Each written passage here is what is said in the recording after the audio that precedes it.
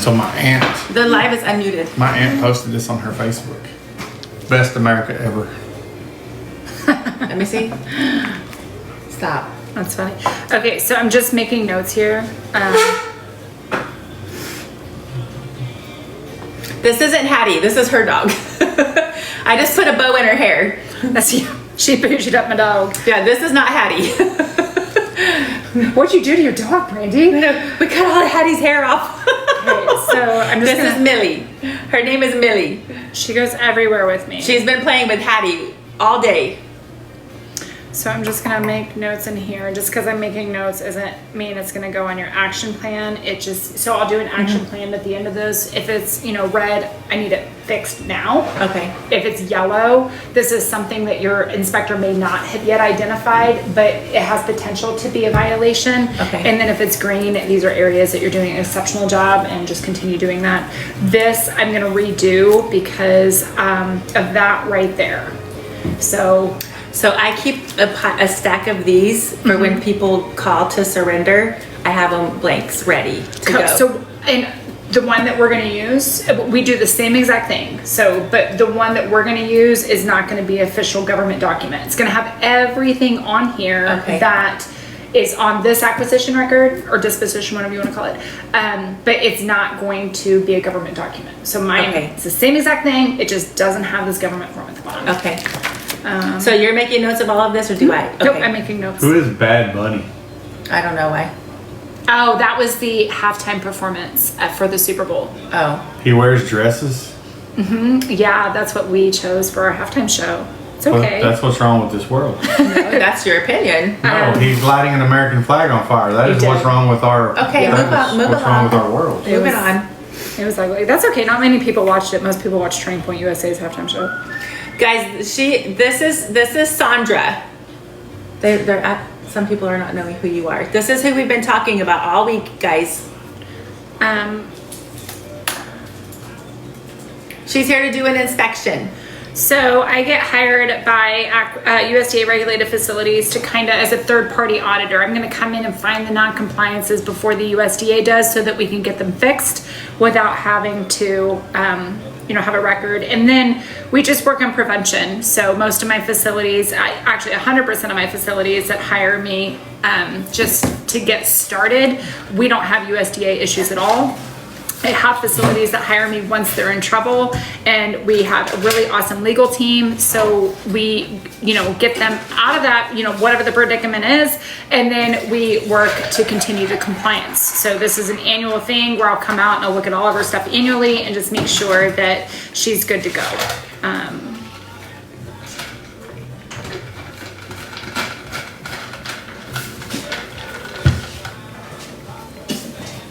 Some women like Cassandra.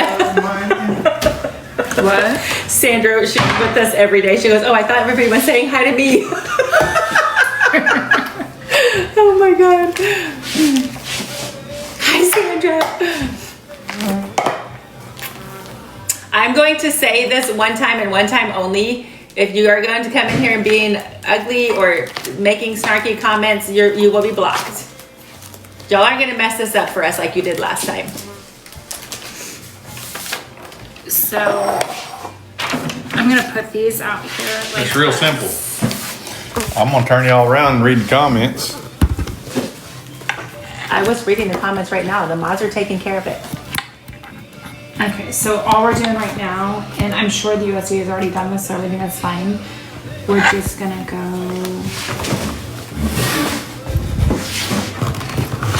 Can you move it back far enough so people aren't screenshotting our important documents? That's why I have It is far back. 7/12/22. Okay, check.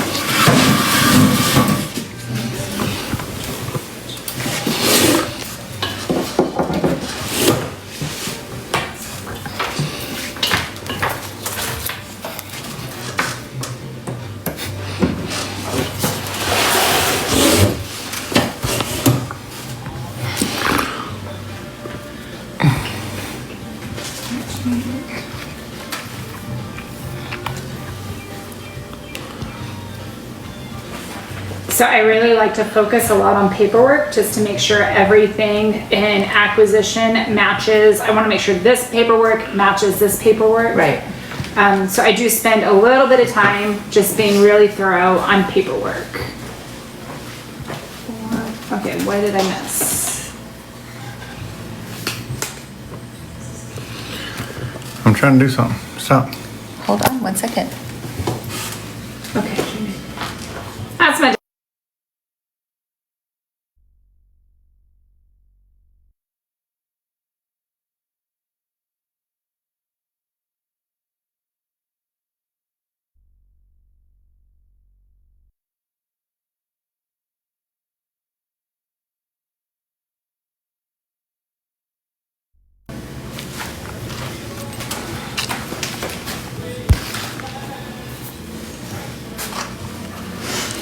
I think I'm losing you. So I have a bunch of vet records for any of them that go. I try to put them in their same little file folder thing on the back side. So the one thing I see, I'm gonna pause on this one, let me put something here. The one thing I see that I need to be sure that we're being very, very thorough about, you did it on this one, so total number received in good apparent condition. I know because a lot of these are surrenders. This is from the breeder. This is the breeder's paperwork. I don't have the carbon copy one like they do. Breeders have a carbon copy, I don't. Yeah, so that's, I don't care about that. So what I am looking at is like this one right here. And I know a lot of these are coming from surrenders. So you feel the need to protect, you know, the condition that the monkey came in. I know a lot of these guys came in really bad condition.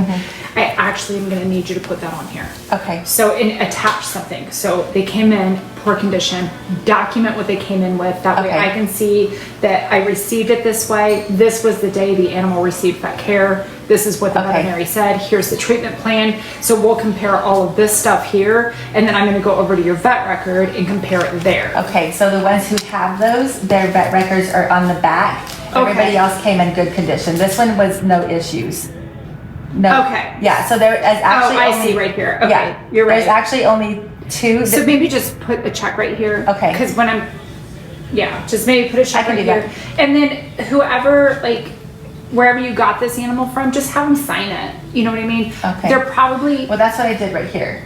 Oh, okay. I Yeah. see. Okay, so you got everything on there. We just didn't put it down here. Yeah, Okay. I can change that. That's okay.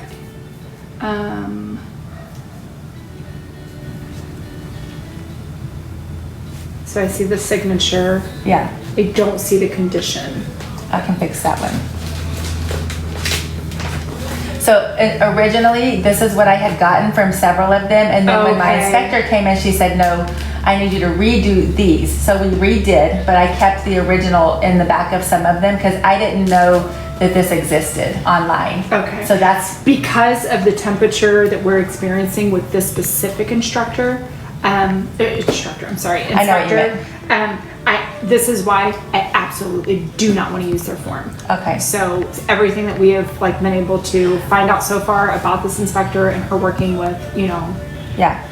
We So let need me to ask not you use this because I am. So I'm just going to replace I am it. friends with all of these people, so Yeah. I have the ability to redo them all with the new form. Should I do that and then just? No, yeah, okay. because this is 2024. Okay. If this was something 2 months ago, yeah, let's go ahead and correct Okay. it. If it's within the year and we need to go back Okay. and make some corrections, but 2024, this has already been inspected multiple times by your At inspector. least 5, yeah. Yeah. So I'm not going to nitpick it that much, but Moving I'm just, forward. Yeah, moving forward, let's not.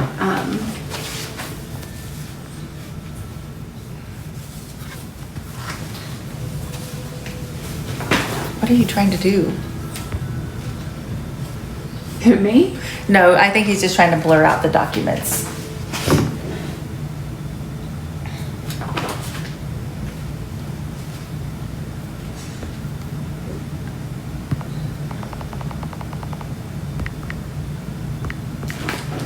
And this next page is all of his medical records. Okay. Oh, holy cow! This guy came in not well, didn't he? Yeah, he was the one with What about- 7 broken bones and blunt force trauma. Oh yeah, that's perfect. So this one, I would have wanted to see poor condition here. Okay. But what I can see is February 14th of 2025. February 14th of 2025. Yeah. You got this primate, you immediately took it to the vet. Yep, we did. So this is not a non-compliance. It's just one of those things, to thoroughly complete the form is kind Yeah, of important. I can do that. But I can see that this animal was immediately seen very thoroughly. Holy cow. Which one was this? Phoenix, the red-handed tamarin. Oh. And I have a ton of Gotcha. documents on my email as well. All the x-rays, all of the medical records from their vet before we ever touched him. Make sure you guys are working on the live goal, There's a guys. whole lot. I see follow-ups were done. Yeah, this is actually exceptional. This is good. I like the way. Then that doesn't include the surgeon. that I- Sandra can go home and the tell- surgeon that I and tell spoke everybody to, she got crabs. The specialist that I spoke to. I'm sorry, what? He's getting crabs as gifts on the live. They're putting The little crabs on your head. crawling across. So you get to tell everybody you got crabs. I'm just saying, this is what's happening to you. Are you crazy? Sorry. I hear this, I'm talking to you, and I'm like, I'm sorry, what? Okay.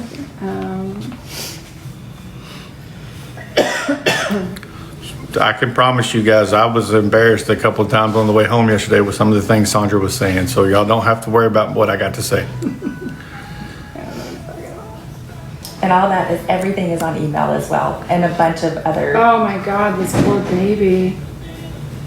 It And was this is that same one over there. the one that they told us to euthanize. 150 grams when we got him. He looks incredible now. I'm looking at these x-rays and I'm just like, oh my God.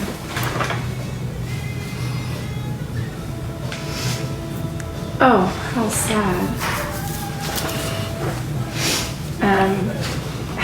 Did your inspector go through everything here? Mm-hmm. This is. Yes, all she did was said, "What happened to this baby?" and then just moved on. That was all she said. But she read all that, and I mean, it's evident what happened to this baby. She went through my phone of all the emails, all the text messages I had with the surgeon and the specialist. Like, she went through all of that because this one was a lot of mass reporting. Y'all, this is front and back. And this was the day. There was a lot of mass reporting on this little guy. saying The that date we hurt is him. the date in which they received the animal. There is no. So you had low sugar. You had gabapentin. Oh my gosh, he was on some major pain meds. Poor little nugget. Okay. All right. So this is completely satisfied. There's no violation here.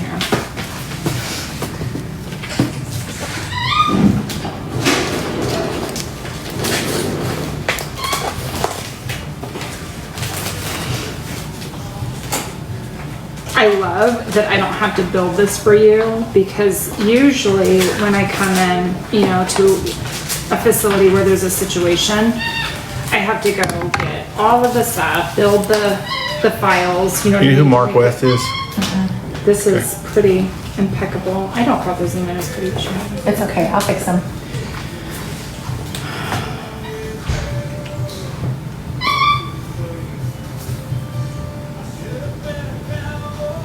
There we are. Okay.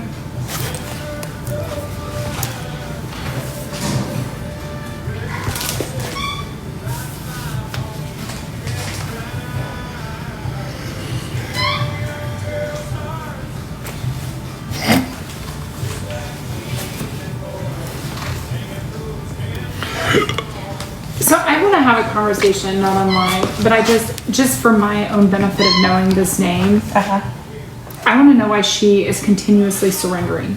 Is she getting more and then surrendering? That's definitely, she's only ever had one monkey. We've known her for 6 years.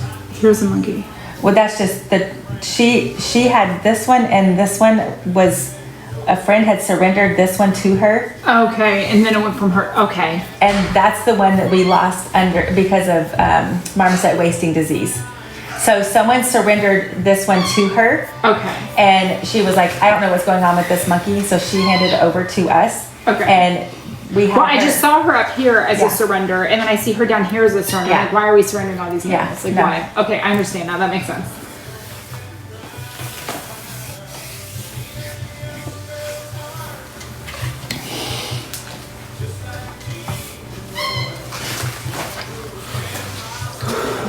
So every single one of these, like literally the date you receive them, they're at the vet. That is, I mean, that's very thorough. I mean, I will tell you most. There are a couple of them that I've waited like a week or so just to learn more about them. I will tell you, And- ACA accredited zoos, I mean, they'll take the health certificate, you know, that they came in on Yeah. or something like that, and then they don't see a vet for, 6 months. And I'm Yeah. like, why? Like, why wouldn't you want to get a baseline right outside the gate? That's what I try to do. Some of them I'll watch them for a little bit so I can learn what I can about them, like let them tell me what's going on. Yeah. And then we'll take them, and that way I have something to tell the vet. Yeah, that makes sense. Yeah. That makes sense.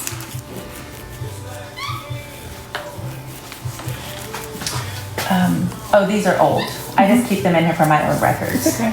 Just gonna peek at them real quick. That's when we only had like 2 monkeys.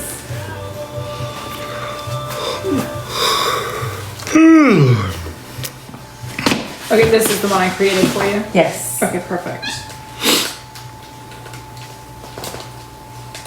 I think my old one might be behind there. Or maybe it's a second copy of yours. I didn't sleep very good, Mimi. No, this is signatures. Okay, perfect. My shoulder's in bad hurting. Is this the one that I created? Yes. Okay. Yeah. Now I need to look at it. I created it, so I know what's going on. Keisha. And why does yours print like this? I don't know. Oh my God, where did these flies come from? It's warm outside. Did you open the door? No. There was no flies in here all morning, and now there's like 5. I want to.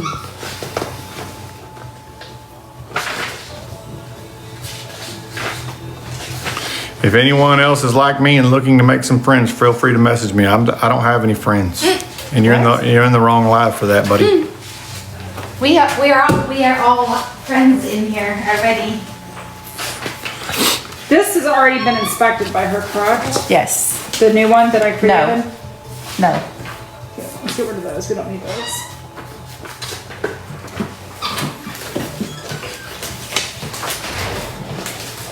So I do want. I am going to print this out for you so that it comes in a different. The way it's not Okay. very fluid, but right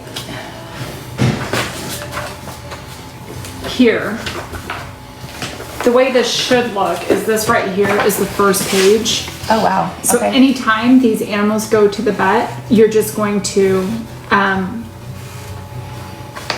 sorry, what am I looking? Okay, no, the USDA program about here. So just once a year, he's gonna sign right here and put the date. Okay. Okay, so I need this actually, I know he reviewed it because I sent it to him. Yeah. But I want a signature right here.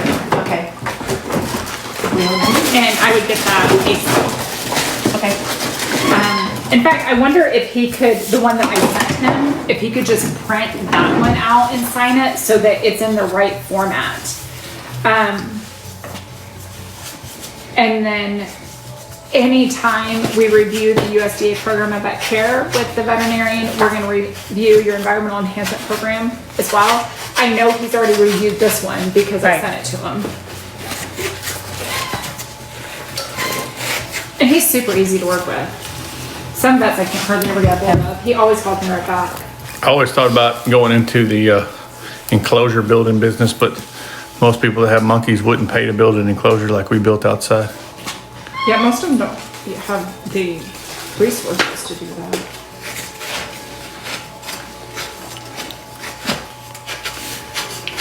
My back itches.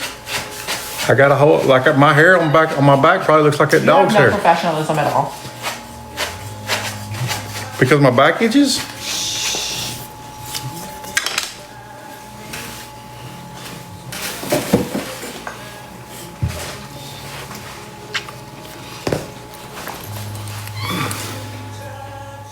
Okay.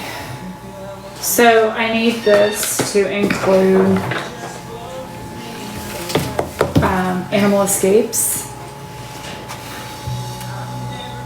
Okay. Faulty HVAC because your heat here.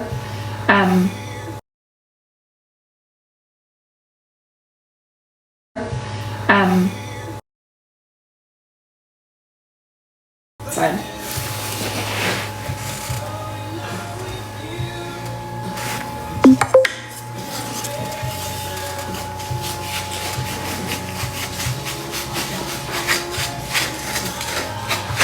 So we will, I mean, this is good. This is good. But I'm gonna redo it anyways, because ours is a little bit more thorough. Okay. And it's not on their form.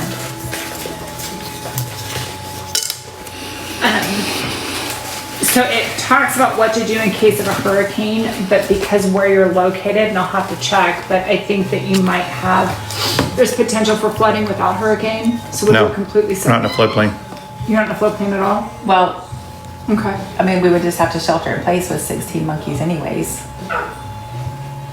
There's nowhere You're not- we you don't really can, have any outside. I mean, your ones outside can come in easily. yeah.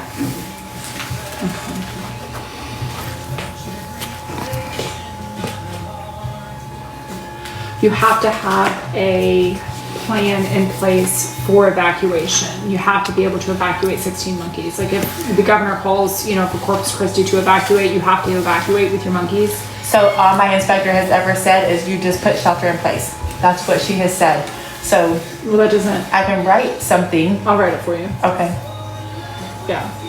Because she's not correct on that. If the governor requires, no, I mean, if he says that you have to evacuate, you have to be able to evacuate. You can't leave your primates here and have them shelter in place. You know what I mean? Yeah. So, and what that might look like is us coordinating with another facility. Actually, that I had Right. had a really good conversation with the deputy director of APHIS a couple days ago. She gave me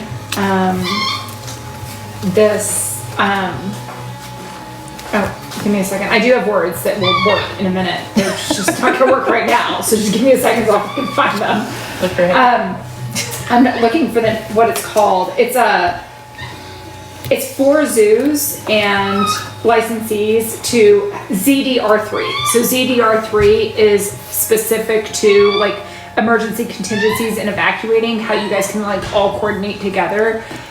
So like just I love that. moving more inland. Yeah, and the more we can get everybody to coordinate together, I mean, the better it is. I was joking. So is it a website or like? No, it's a group. It's like an actual like group. And I'm not familiar with it. She just gave it to me and I haven't been home yet. So I'm going to reach out to them, find out exactly what they are. And then I'll send out an email to all of my facilities. Hey guys, I want you to add this to your, you know, emergency procedures. And I haven't had a chance to go through it, but I'm actually excited for that. The more we can get like cooperation with licensees, I think. I We agree. were joking because I work a lot with, you know, the hoofstock, the exotic people, the hunting ranches, stuff like that, just because they're great resources to have. And then like the Peafowl Association, we work with them a lot. So we were talking about how, you know, when USDA included peacocks and then, you know, all this new bird rule affected the peacocks negatively, within 30 days, they're with the, you know, Ag Appropriation Committee. And then the exotic hoofstock people, same, they don't get messed with because the way they cooperate with each other. And I joked and I said USDA licensees would fight over a piece of toilet paper. Yeah. Like you can't get cooperation with, you know, licensees if they could like learn from, you know, the hoofstock people and the, you know, the Peafowl Association, just all these different associations. You would see that it's so more beneficial when you guys can work together for, you know, the better. Agree and agree. Yeah. Okay, got this. We're good. We're good on this. We're just gonna do that. Okay, we're good on that. You don't do that. Okay. I don't need to see any of that. I'm already familiar with that. Miscellaneous stuff. Let me see this. Okay. So this is Cora's file. Okay.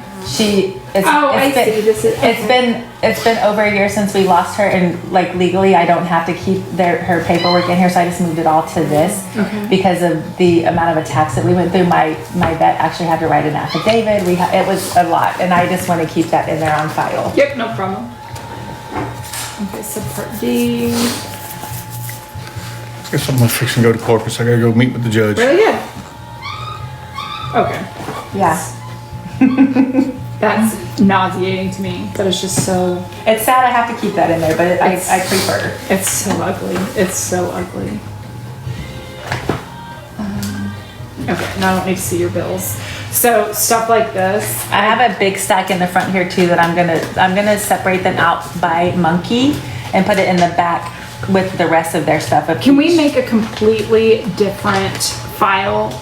Anything that's monetary, like anything that has to do with money, what you've paid, invoices, vet care, that kind of stuff. I want it to have its own folder. It's not inspectable by the USDA. I don't want to give it to them.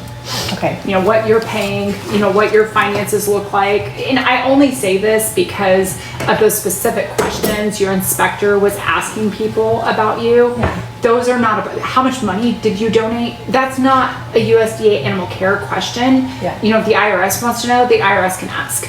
That's not animal care. A veterinarian has no position to be going to your donors trying to find out how much money they donated to you. It's irrelevant. I can see that you've got hundreds of thousands of dollars and enclosures and enrichment and diets and everything. We don't have to justify any of these expenses so I just want a completely separate folder because of how inappropriate those are the directions that she's been going. They're not appropriate. They just don't have any authority in those areas, so let's not give it to them. Deal. All right, that looks good. Yay. The only thing I say is I just want to read you so you're not using their forms. And again, you had a different inspector, I wouldn't even say anything about it. Use those forms because there's nothing wrong with them. Yeah. But I could see her saying if you know, didn't have something filled out at the bottom, or if you did, or you know what I mean? I don't want her to have. We're just not going to give it to her. Deal. She's part of our legal team, guys. Okay. So now we're gonna do exactly what you do with your inspector. So she was gonna look at your diets and where you prepare your diets. So that's just show me where you prepare diets. Okay. Can you flip that other light on over there? The second one next to the pantry? So this is like my corner where we do like all the monkey stuff, food prep and stuff like that. Everything under here, everything in this whole corner is where we work for food prep. Okay. We do have some of their stuff in this refrigerator, and then they have their own refrigerator and freezer in the garage, and I'll show you that too. I'll be back. Right. I don't see. We do, they have their own separate seasonings for whenever and I'll show you how, because when Alex comes, she does a ton of cooking for them, so we keep all their stuff separate here. Food pouches if we have to do any kind of medication or anything like that, that's really all we use that for, and then everything is kind of a little bit messy in here. We get a chance to reorganize this. Do you still want the background blurred out so they can't see the? Oh, I don't know how to undo that filter. Let me see. I just thought maybe you'd want them to see like the food and stuff. So this is all fine. Make sure that you're watching expiration dates on or fix. stuff that you don't use often. So everything's. Yeah, we go through and, I mean, we cycle quite a bit, so. Yep, and when I'm here monthly, I go through all of that and check dates and everything.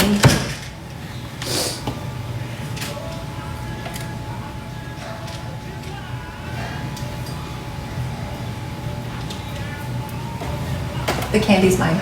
In the bottom, I just stuck it up there the other day. Listen, I can find something expired at every facility I go to. I'm on a mission now. Every time I can find something. You're very well made. I don't know. So on something like this, is this okay? Because I pull it from this big bottle. She's never questioned that, but. Nope, you have the bottle right here. I can Okay. look on this bottle and you are good. Nope, it's perfectly fine. I was gonna say, if that wasn't there, this would not be okay. Okay. It wouldn't be properly labeled, but because that's right there, this is labeled to that. It's Okay. fine. Okay. Listen, you're gonna spoil my record. She's looking for something expired. Oh, I will find something. I will find I hope not. I work really hard to not find anything. What does this go to? So my vet recommended that we give this to Jack. We tried it for a couple of days. Okay. And it did not work well for us at all. Okay. I probably need to toss that, I would say. It's just not labeled properly because Okay. it doesn't have a date. Okay. It needs to have an open date or a closed date. There's no lot number Okay. and there's nothing I can reference it to. Okay. I mean, he wrote it like a prescription. Like, I mean, I can see how he wrote on here. So he probably has the corresponding information. Okay. But, so it's not a violation because she could get the corresponding information from him. And this is, Yeah, so if you look at an actual vet.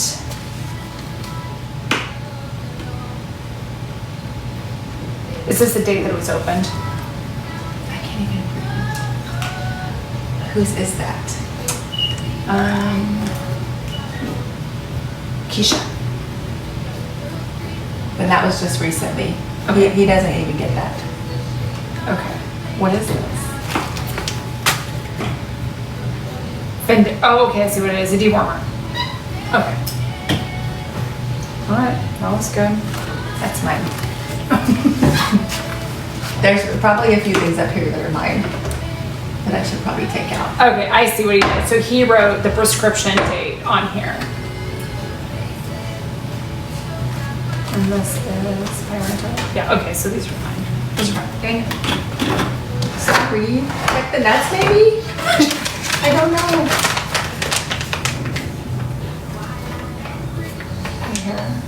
Dang it! I opened that, I'm sorry. It's okay. So when I keep these like this, we have the big bags in the freezer. Yeah, and this is Okay. okay. So if this was not in a glass container, I would want it labeled. But this is in a glass container, so I mean, it's, Okay.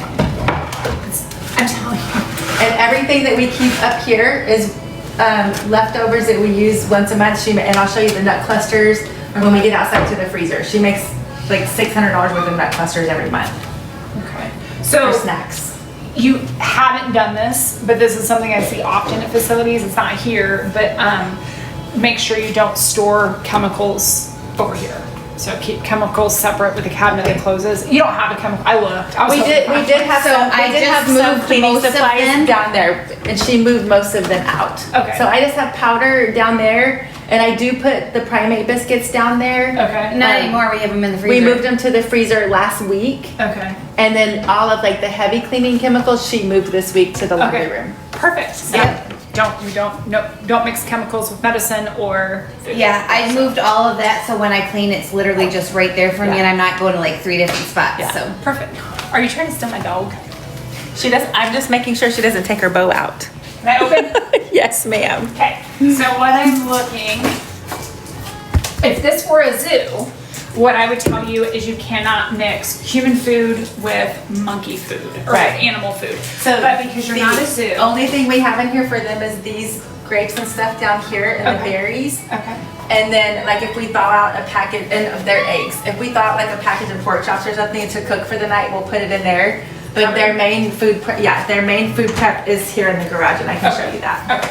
Oh, and we do have. yeah, so that is really mainly just we do have human food. their oatmeal bites that we make them in Okay. here. There's like 4 or 5 bags back there. Okay. So And we can just start putting it out here if we need to. My goal is to take their double refrigerator and put it right here when we build that enclosure, so it's easier for us. Yeah. I mean, if at some point we can separate it, again, Yeah. so you're not a zoo. That's what Yeah. makes this different. I mean, Yeah. you're gonna have to just bear with me to get through it. Yeah.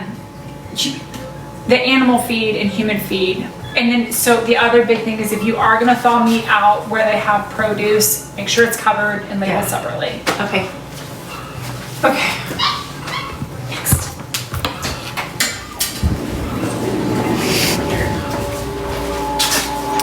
This is, I don't know if you need to see this or not. I mean, she's never asked, but this is where we keep all of their diapers, We just reorganized this, I think yesterday or the day before. Diapers and wipes, and we moved their diaper covers in here. It smells so good. It's a laundry soap. This is their freezer.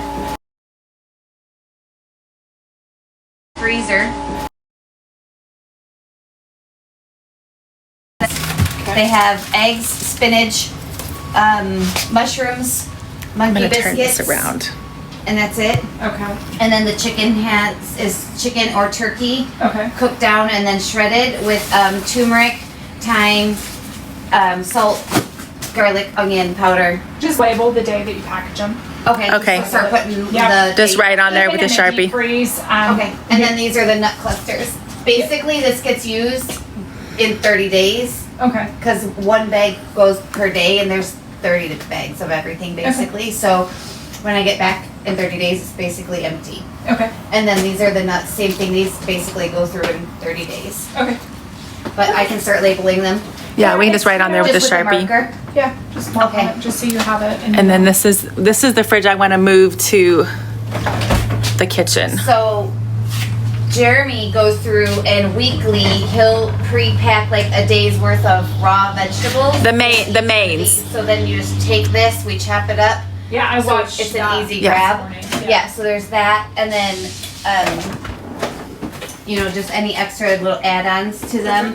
And then this is where like their extra nuts. These are some nut cluster supplies, and then their monkey biscuits.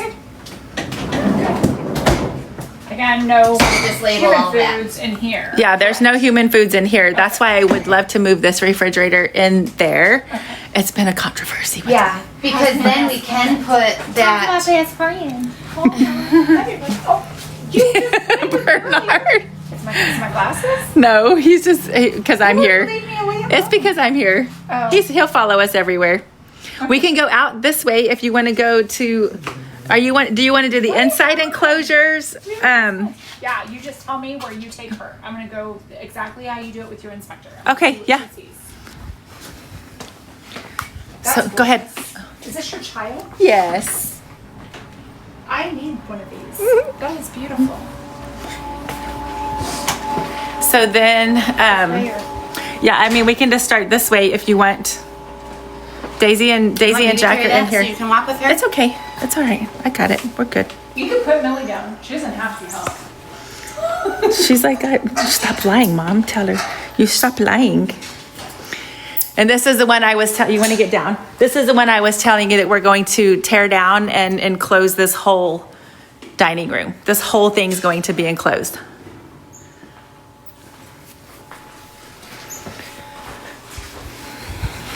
Okay, so typically I measure, I look for square feet, cubic feet, and I'm this common sense. I'm not gonna waste my time measuring this. Yeah. And the other thing I usually carry around and I measure is the quality of oxygen. Is there ammonia? Is there, I have, the reader. I can do it if you want me to, I think we're fine. but this smells good.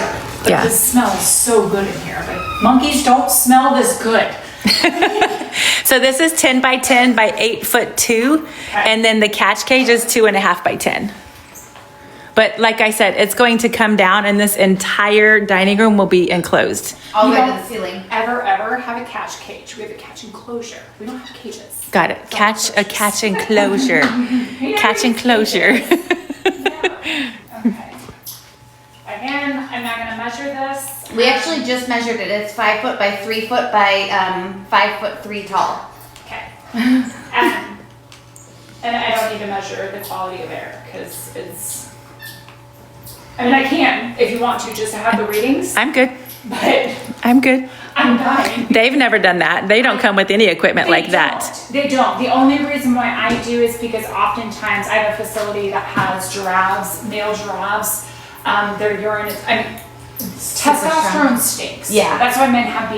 These guys can Testosterone be smells like- musky smelling, yeah. So when inspectors go into giraffe housing, they smell the testosterone from the male giraffes, and then they'll write my facilities up for ammonia. So I carry ammonia readers, Yeah. and measure air quality, and then I always make that, especially if they own giraffes, I make them keep an air quality measurer in there, just because it's simple to say this is testosterone that you're smelling. Like, Yeah. It's not. Yeah. So when I came in, I genuinely, deal with zoos. I don't go to people's houses and look at their monkeys. That's not really appropriate. In a zoo, they're oily, they smell, they don't wear diapers, you know what I mean? All of this stuff is normally very unkept, but every time I mean, they get rotated out like weekly, but every time I FaceTime with you and I'm like, hey, I want to see this, I want to see this, I can tell it's clean. Yeah. I can always tell this is clean recently. Yeah.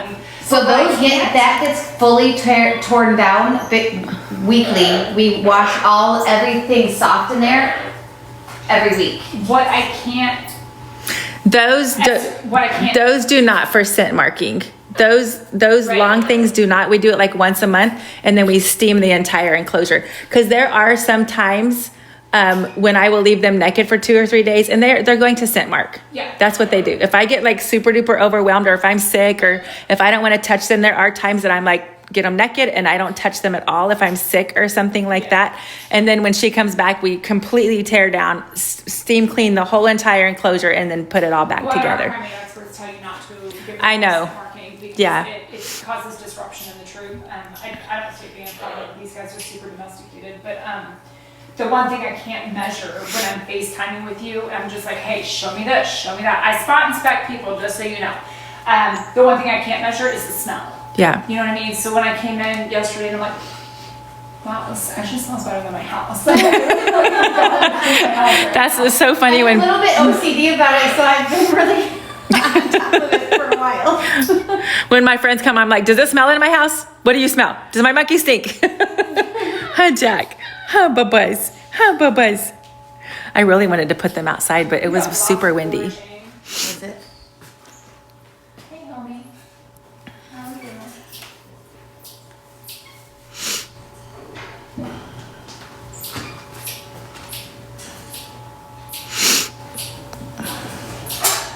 I'm looking at the bottom of these, so sometimes I can find a sharp edge, but I don't see a sharp edge.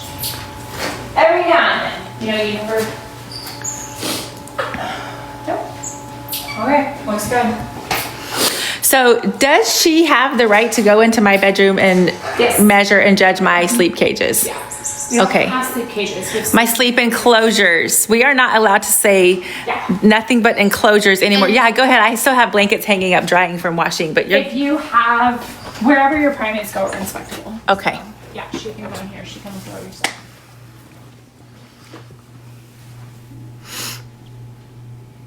So all I'm really looking for right now is, I've seen them, they're fine. I'm looking for sharp edges, I'm looking for.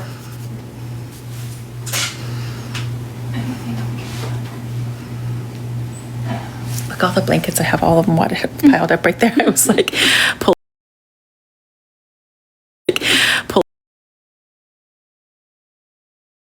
Yes. Electrical outlets, Correct. so that's fine. The wheels are locked. That's the creepiest baby Yeah. doll I've ever seen. Police. Electrical outlets, Correct. so that's fine. The wheels are locked. That's the creepiest baby Yeah. doll I've ever seen. Letting Jack and Daisy sleep inside of this pod right here. Yeah. And we started talking about like in case of an emergency or something like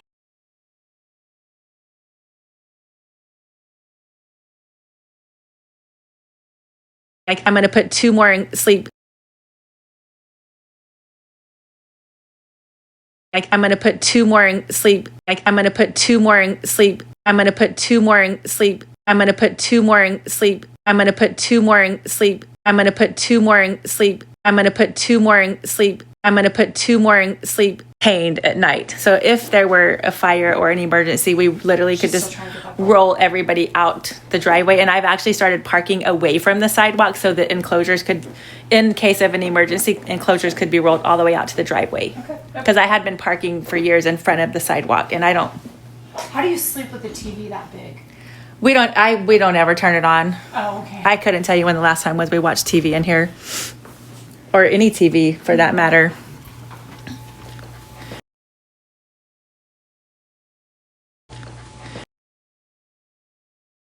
I'll grab my water.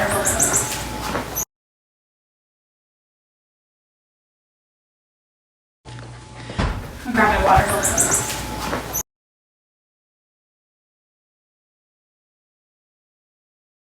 I'll grab grab my water. I'm gonna grab my water.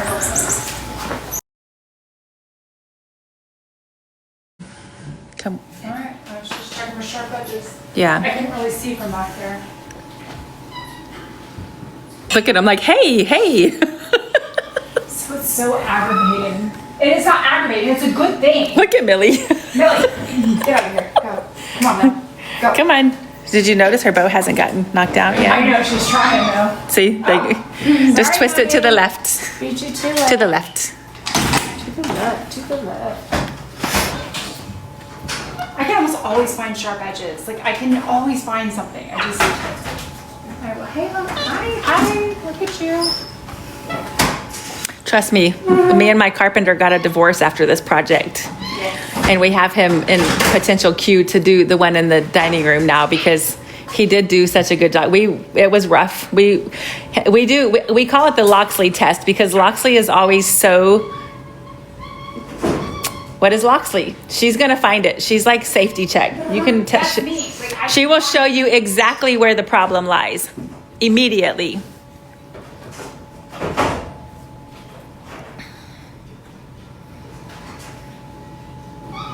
Okay, if I wanted to nitpick, and I want to nitpick because I have to be able to find something.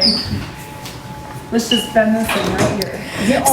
So the problem with these is Take 'em off. I can't use zip ties because they chew them. If I cut this shorter, it'll be a sharp edge and it's not sharp right now. But we take these off all the time. You have to untwist it here. We take them off to clean them. Yeah. Because we clean those tubes. I just want to find something. Give me a minute.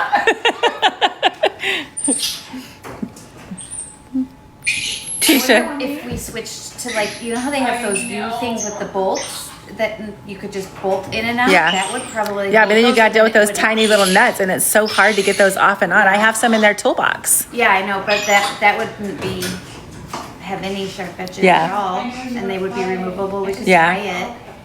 There might be one that has something a little bit different. We can look. Yeah. I don't mind changing them. Those are like $1 a piece. Yeah, yeah. All right, no, this is perfect. You're good. And then that one just has the red light therapy and the UVA lights. Oh, because So they're not really in there. They all go in there Yeah. every day. For a So we little normally bit. just leave that door open and leave the light on because they free range and they'll get in and out of their own accord and take naps. Like they know when they want to go sit in that light. Okay. It's crazy. They will go take a therapy session on their own. Let me try that. I don't know anybody that has these, just so you know. Yeah. That piece of equipment right there was $900. We just turn the UVB light on and then turn the. You got to flip the red button. And we have it separated where they can't touch any of it and it's zip tied. So we just leave it open like that, and You then want some light these now? guys go in and out as they want, and then like these guys, she'll put in here one at a time throughout the day. And because of all of his trauma, Phoenix has a huge one that goes, I don't think you saw that, it goes all the way across his enclosure, and that's his own. Where is this at? It's in here. I mean, it's not even. And then their UVA No, it's not. or their UVB lights look different. See, his is up here. And all. Oh, I did see that. I did see that. I just didn't know what it was. Yeah. Yep. Does it help? Oh my gosh, yes. It absolutely does. I got a UV belt for my back. I just haven't used it yet. It just came in right before I left for Macon. Yeah. I saw in Not Macon. Not. major improvements when we started putting him under that. Is it for depression? So Or healing? arthritis, healing, if you have acne, it helps your cells regenerate. Like red light therapy is amazing. I just didn't know I mean, I know what it's for. I just didn't know specifically for him, like what. Well, your so example was. because he had 7 broken bones and blunt force trauma Oh, to the this is head. that one. Yes. Oh. Because he was 150 grams, and even though I tried so many vets and the surgeon that I was working with as well, she was like, Brandy, he won't survive the 6-hour procedure. You have to just work on therapy with him to build the strength in his muscles and ligaments. Yeah. Forget the bones. Because his femur is like this. And it has huge calcium built up in between. And then and the growth plate in his wrist was completely crushed. He couldn't even use his hand, and his hands are fully functioning now. His hands were all, and then slowly they just. The atrophy was so bad. Yeah. He couldn't even bend his elbow straight. And you can't even tell what's hurt on him. No, it looks good. So that's why that little hammock's right up there, so that he can get that light, and he'll go sit in a it. stimuli housed extension on him. What do you mean? I need to look at the environmental enhancement program because he's. I think you did. I think you did for all 3 of them, but we'll double check. So these 2, they These used guys, you have 2 in here, right? No, One in each. 1 in each. So they can hear each other, they can see each They other. play with each other, but the reason that I can't put them together is because Rip on the right This one. is twice the size. He has all of his teeth and he's intact. Louis on the left is half the size. He had a broken, his jawbone was broken, so his upper canines had to be removed and he's neutered. There is no way I can put them together. He's totally disadvantaged. I mean, the exemption applies that they can see each other, they can Yes, hear each other. and he's a part of their troop too.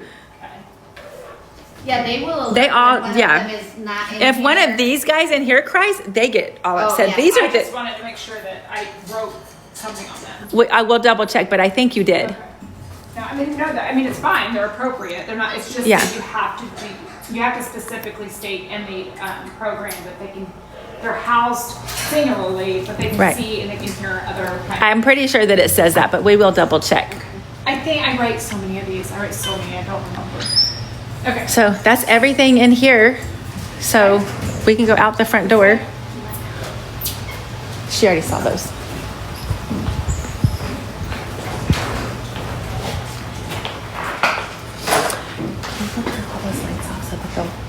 I'll wait for you.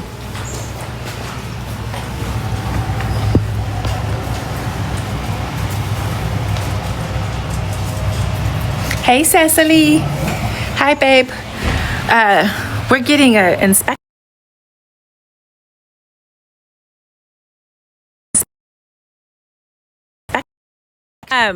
Did you want to?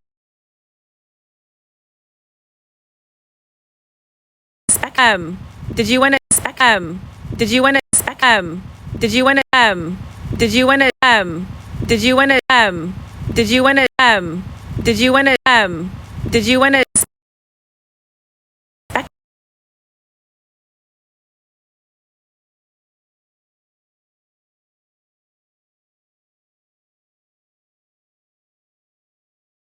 Yes, I pull it. It has direct sunlight.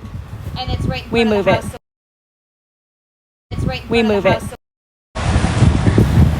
This is powder coated, isn't it? Yes. Paint, this is powder Yeah, it's powder coated. good. That's awesome. I see a lot of these painted. Hey, will you hold this for a second? I'm gonna go open the pet door for the babies.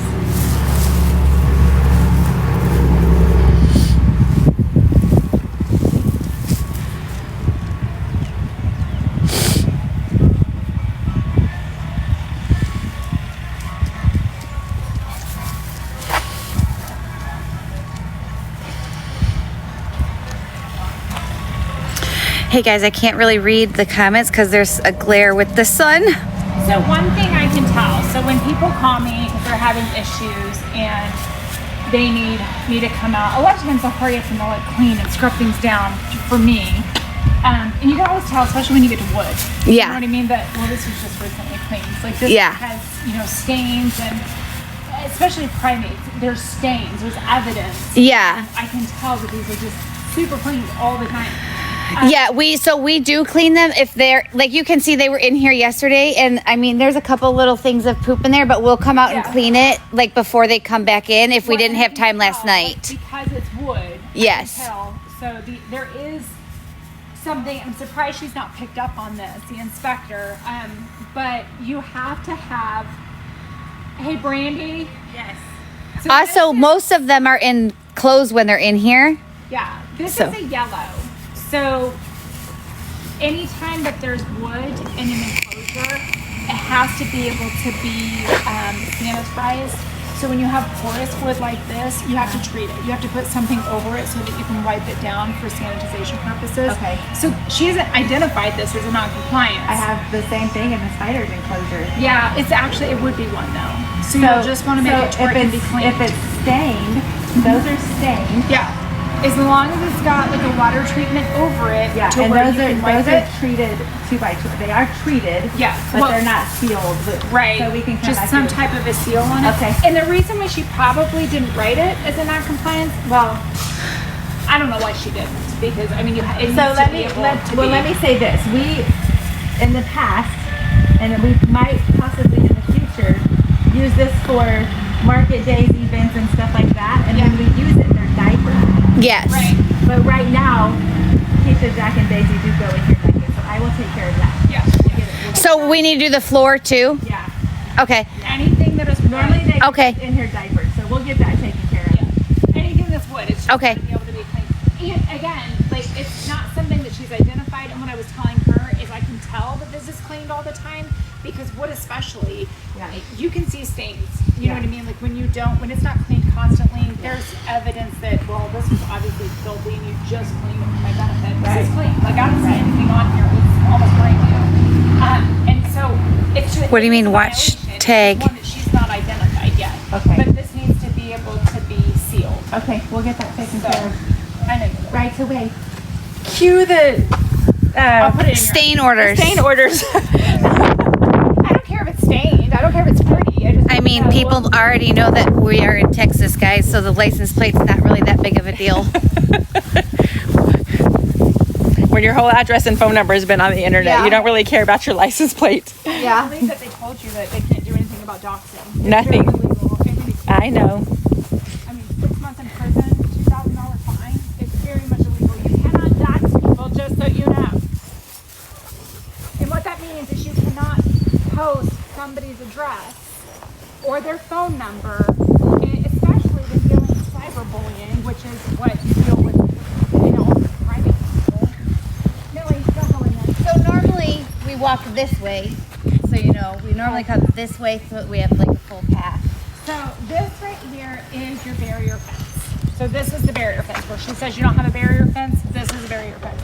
This prevents the public from being able to access this enclosure. So when we open you up to the public, unless you have a readily identifiable, knowledgeable employee present, this must stay closed. Okay. If you have, I call them RICs, readily identifiable, knowledgeable employee.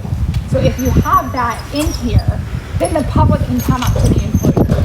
If you have that inside the enclosure, then the public can go into the enclosure. I would keep it no children. Right. Just not because it's a violation, but just because it gets harder to appeal at that point. Right. So, but again, What are you classifying as children? 18 and under? no, I would say like 14 and under. 15 Okay. and under. You know what I mean? That's what when people come for an encounter, anybody that I say 12 and under is totally different encounter than what I would 12 and over.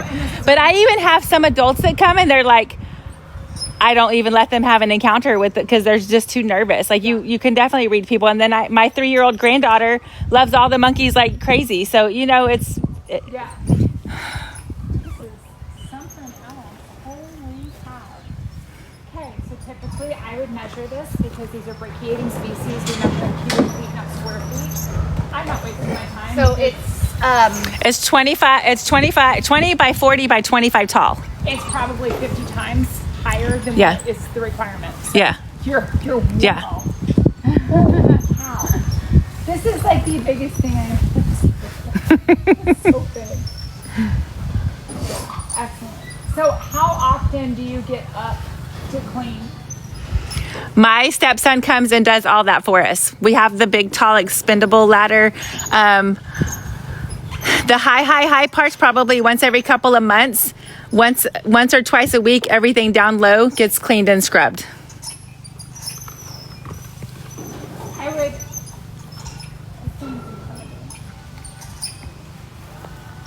That wood right there is sealed. I can tell, so it's perfectly. Yes, fine. it is. Totally fine. This triangle thing, I can't tell if it's sealed. Which one? This triangle. It's like a bunch of triangles going on. Oh, It's not wood. Oh. it is not. It is not sealed, but I will get it sealed. Yeah.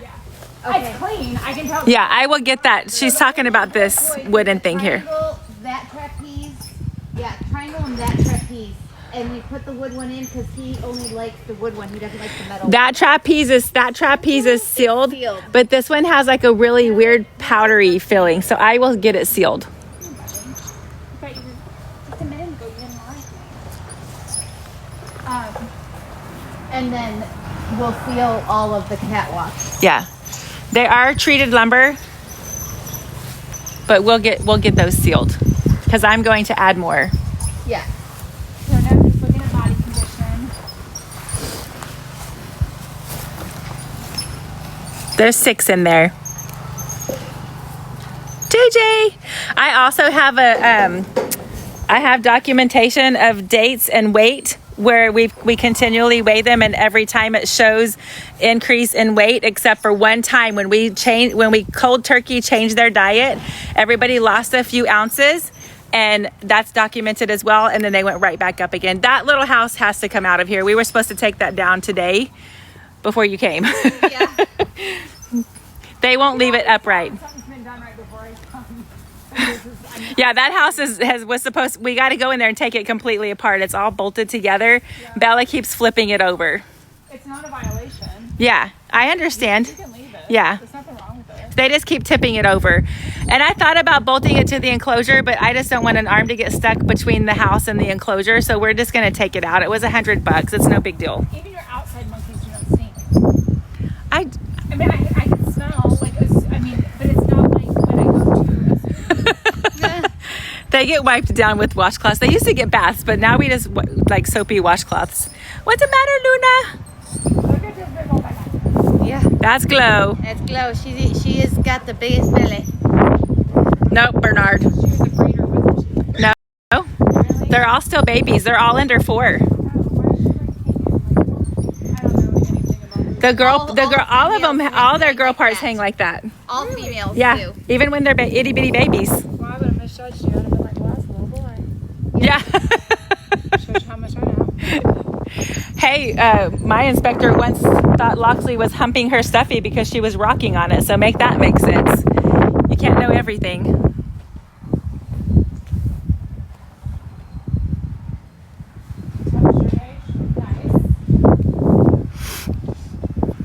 That's FRP board. It's washable, like what you would put in a shower. We call it cattle panel.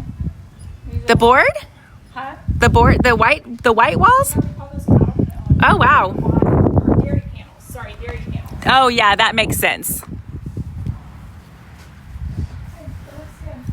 really don't, like, there's not an excessive amount of flies. There's not, they don't get damaged.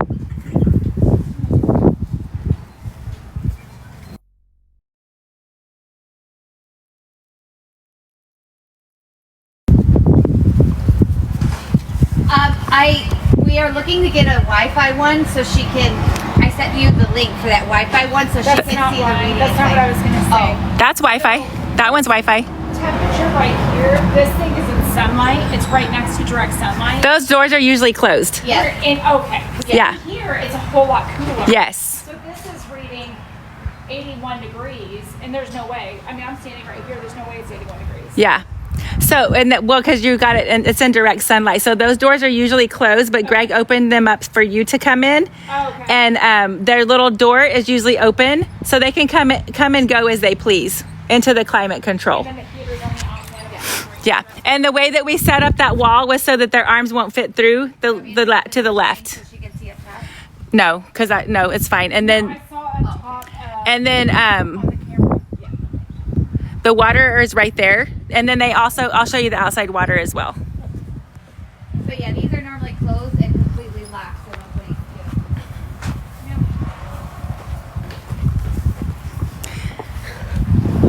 We moved this little black shelf out. I know it doesn't matter for inspection, but we're going to put cleaning supplies in this and put it over there.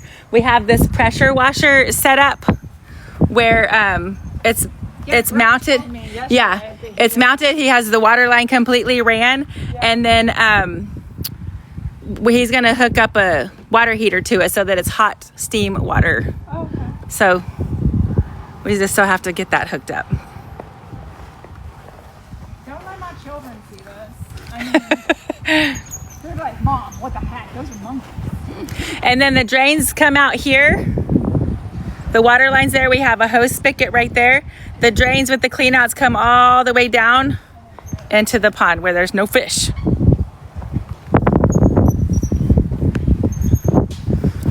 I'm glad you guys did this underground. A lot of facilities will do gravity fed, but in Corpus, I would be afraid that it would just be way too hot. So I'm glad the water's coming up Yeah. and down.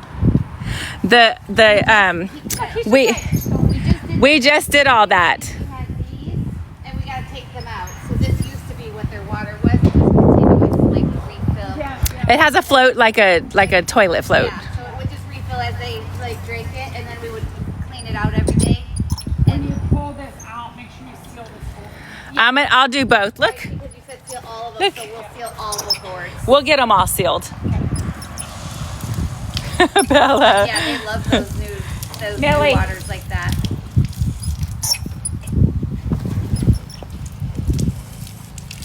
Since you've got, and this is not something you have to do, this is not a requirement, you've got plenty of shade, plenty of opportunity for them to find areas to cool off, especially going in there. It's pretty cool in there. But since you have the water here, if you wanted to get extra bougie with your primates, you can put misters on. I'm worried about the rust because we have had. Powder coated, right? This is not. Okay. No, this is not. This is an oil-based, like a Rust-Oleum paint. Gotcha. So and that's why our grass is struggling because I was running sprinklers in here. Yeah. And we started to notice some surface rust. It cost me almost $3,000 to have people come in and grind everything back down and repaint. Yeah. So I don't know. Way too big for the powder coat. Yeah. Like you could- Well, I know someone who owns a powder coating company, and she was like, Brandy, don't waste your time spending the extra money on that because that too will over time deteriorate and have to be maintenance kept. So you might as well just keep painting.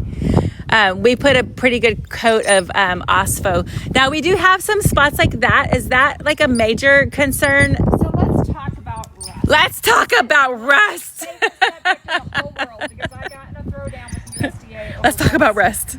So I had a facility where they were not going to relicense them because they had rusty purlins in their barn. And so they told them that they had to repaint all of the purlins.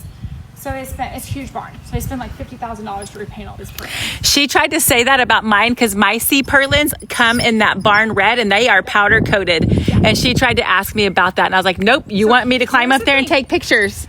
Here's the thing about that. They're red. So They're powder coated. they don't give them their license. They fail them over the rust. They painted it, and then she came back and she's like, oh, it's still not good enough. We want you to replace all the purlins.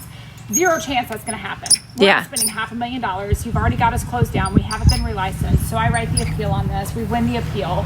And the reason why we won the appeal is because I used a USDA study along with an FDA study that ingesting rust is in human grade food coloring. You know what I mean? It's not, Yeah. It can be ingested. Where rust is dangerous is when it's in combination with sharp edges. So the USDA did a study of crown oats, rust on crown oats that you feed to horses. There's zero problems. There was no ever an issue with the ingestion of the rust. Again, it's in human grade food coloring. Where rust becomes an issue is if we are combining rust with sharp edges, because now a monkey can cut themselves and Yeah. it's not going through their digestive system, it's in their bloodstream. Right. So that's when there is an issue. So we won that appeal. Rust is not a problem. Rust is a problem if it compromises the integrity of the facility or of the enclosure habitat. If it's so rusted through that it's broke, I can tell that just a little bit of wind or a hurricane is going to bring this thing down. That's when rust is an issue. Obviously, this is not just that right there. I'm not worried about. Yeah. I don't see a single sharp edge anywhere in Trust. I can try to find a sharp edge. I can always find sharp edges. I have such a good attention to detail. So there's no. I see where it's at. Like I see what you're talking about right there along Yeah. the one line. Yeah. So there's no sharp edges. There's no chance of this being. I'll show y'all what we're talking about. There's just a little bit of surface rust along here on the outside. The inside is fine. Yeah. There's no sharp edges. So I'm not worried about a monkey getting tetanus. The other problem or the other issue, it's non-issue, is that this is not compromising the integrity of the habitat. Right. So that is not an issue. If she said that this was a violation, I would appeal it and I would win because I've already won this appeal. Yeah. So that tree there is polyurethane. Yeah. This one is not. Do I need to remove that? Because they really love that. So how does that work? This tree, this is what we call enrichment. So this is not a platform. This is not something that they're sitting on. This is something that they're climbing. They may sit on it. If there was a buildup, I know what you're gonna do. If there was a buildup of excrement on here, if I could see that this is not clean, then this would be an issue. Yeah, it gets cleaned. Because it's enrichment, I would say we don't want to seal it just because I'm not even a monkey person and they love me. They love everybody. Oh, well, I felt special for a second. Hi. JJ. Okay. JJ's like, give me a hug, please. Just don't touch your butt and then touch me, please. Okay. Yes, we love each other. We're friends now. JJ. I do want that grinder. We tried Okay. to get it It's out. hard to get it out, but we'll get it. grind it. Just Okay. Grind it out. Okay. I'm sure Greg has a grinder, right? Yeah. Yeah. Right. Otherwise, it's perfect. Wah, wah, wah. Hi, baby. It looks like I'm not an animal person because I'm just like, oh. She's like, air hug, air hug, air hug. I mean, I obviously love animals. This is what I do for a living. I just like, don't show me your butt. You can just step back and he'll let go. Here, let me get him. JJ, love you. leave it. Leave it. I know, buddy. You're okay. Leave it. Leave it. Best friends. Leave it. Good boy. Oh, I know. I love you too. He's like, oh. Let me love you. He is going to be neutered very soon. He's getting very, very extremely lovey.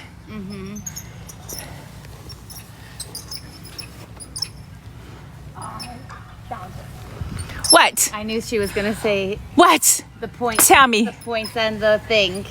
On what? See how they're like cut at an angle? I was waiting for her to say, "Oh, those are." Those are but ground. actually They're not. ground down smooth. Is that what you're talking about? On those pieces right there? No, Oh, right? she's looking for something sharp. Listen, the monkeys can't get to it, so it's not a violation. I just want to point out that I found something sharp. See this top beam? Yeah. See the screws next to it? Yes. Those are sharp edges. Okay. So we'll get those taken out. Your monkeys can't reach it, so it's not a violation. Well, I mean, they might be able to right there. Yeah, we'll get them ground down. That's fine. But that's little. I'm You trying win. so hard. You win. She's talking. There's a few screws that come through right there. She wants to get those screws cut out, so we'll get those cut out. I'm really only where the monkeys can reach them. So there's probably about 15 or so. So we'll get them. Okay. Yeah. I probably need to reiterate in case you've got haters on here. That is not even really a violation because the chances of a monkey reaching that it's not going to happen. It's just this is what I have to find something like I'm just.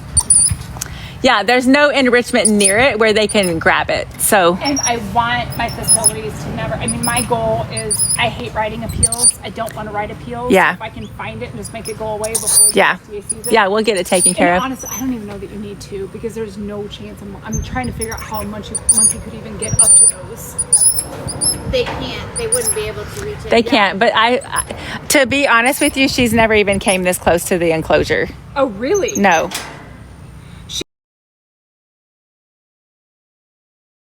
No. She's like way back there, and she has never circled my enclosure. See, that's a She problem has- for me because what is important? Greg says he says you cannot cut those screws down because the wind will pull the screws and it will pop the panels off. Oh, So See? there's not really a cap we could even put on those. no, it is not a violation. I just wanted to point out I found a sharp edge. Yeah, no, that's fine. You found a sharp edge, ma'am. I found a sharp edge. Yeah, she has Found a never. sharp edge right over there. Every single time she's ever come, she literally stands over there and she just like, and then leaves. Like she doesn't look or study, or she doesn't look at the animals. She doesn't look at anything when she comes out here. And that's where I get frustrated. So we're basing your ability to provide based on No. people's videos, and we're not basing it on animal husbandry, animal enrichment. No. I mean, No. that is such a disservice to these animals. To not because it needs to be done, but if she's doing this to all of her facilities and she's not focusing on animal welfare, animal husbandry, animal enrichment, they're primates. You have to look at the enrichment. You know, you have to see that it's clean. You have to see that it's being used. Here, look, you can see how she was just up there and she couldn't get Yeah. up high Yeah. enough. Yeah, there's no chance they can get that. So, I'm sad for her that her goal is to, and again, I don't have TikTok clients, so I mean, maybe that's just how they roll, but I'm interested in the animal welfare, the husbandry, and, you know, the enrichment provided, the safety of the animals. I mean, that's where I'm looking for a violation. Yeah. So I'm not looking for a violation that Greg is, you know, part of, like, if it were a zoo, Greg would be the capture team. Yeah. Your capture team and your animal care team are not the same people, and that's for a reason. You know what I mean? A capture, you know, they're running from you, they're being naughty, they're being, you know, monkeys. You don't want you being the one that has to say, nope, you're going in here. You want somebody that's not working with them to do that. Yeah. So when he walks in a room and a monkey flees, it's because they're like, crap, he's going to throw me in an enclosure. So it's clear, like I'm seeing it. I am here firsthand. You know, I've been here for 24 hours now. It's okay, Brittany. I haven't seen any of this yet. I haven't even been outside. Yeah, it was so late. Yeah, it was dark, but so I guess not 24 hours, but whatever. I mean, I've seen your nighttime routine. I've seen your morning routine, you know, getting here really early. And I mean, it's just routine. It's so embedded routine. Like, it's like, We've worked really hard to get to that. We've worked really hard to refine and refine and refine. so I guess the takeaway here is TikTok is evil because True. it's not. I genuinely felt like I would come out and be able to find something. Let's do this. Let's improve that. Let's, you know. And when you asked me if I wanted to come out earlier this morning to look at this, I'm like, no, I'm going to look at it. Like, I want it to be authentic when I look at it because I want to be able to find something. If I can't find something, where's the authenticity of it? You know what I mean? But there's nothing. There is nothing. And clearly, they don't care about the husbandry of animals. They care about TikTok karma.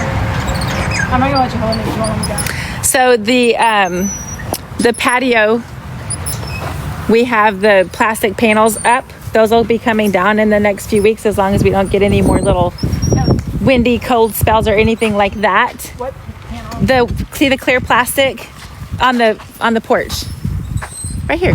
Oh, that looks like metal to me. No, it's clear. I keep it clear so that the light can still come through and Okay. I there's told you I didn't buy the glare-free lenses on these stupid new glasses, and now it looks like glass. I'm like, what are you talking about? It looked like a metal corrugated tin. yeah. It's the clear greenhouse panels. Yeah. We just put those up to help keep the wind out for the 2 days we have winter. So those will come down soon. Everything in here is sealed and treated. Yeah, I saw. I went Yeah. in there this morning and saw that. Yeah. And I will tell you, she loves her monkeys because there's zero chance I would give up this. It's got a fireplace in it. Stick a hot tub in there. Like, I know. Give this up for a monkey. I know my patio was so pretty before monkeys, but I love it. They love it. They're happy. Fun. It looks like fun. I had pretty chandeliers in there. It makes me look like a really bad mom. Your monkeys live it better than my kids.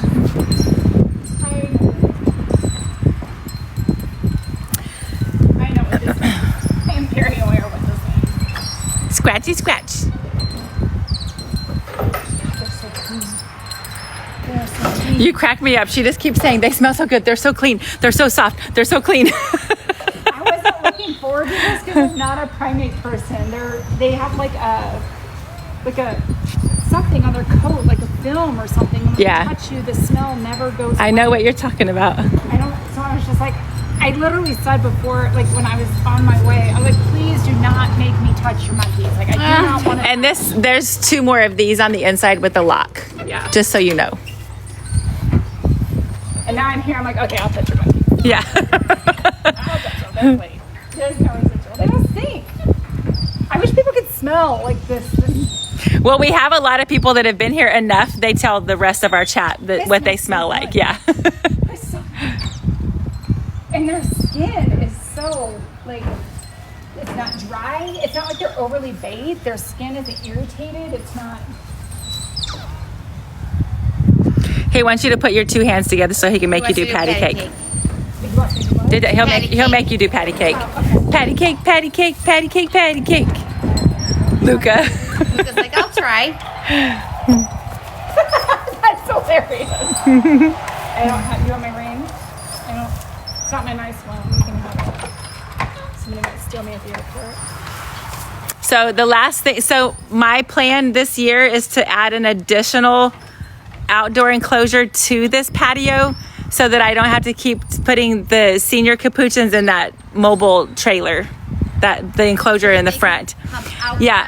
and have complete access to like open sun. Because by 2 o'clock in the day, 2 to 3 o'clock, the sun is over the top of the house. So they only get sun until about 2 o'clock or 3, depending.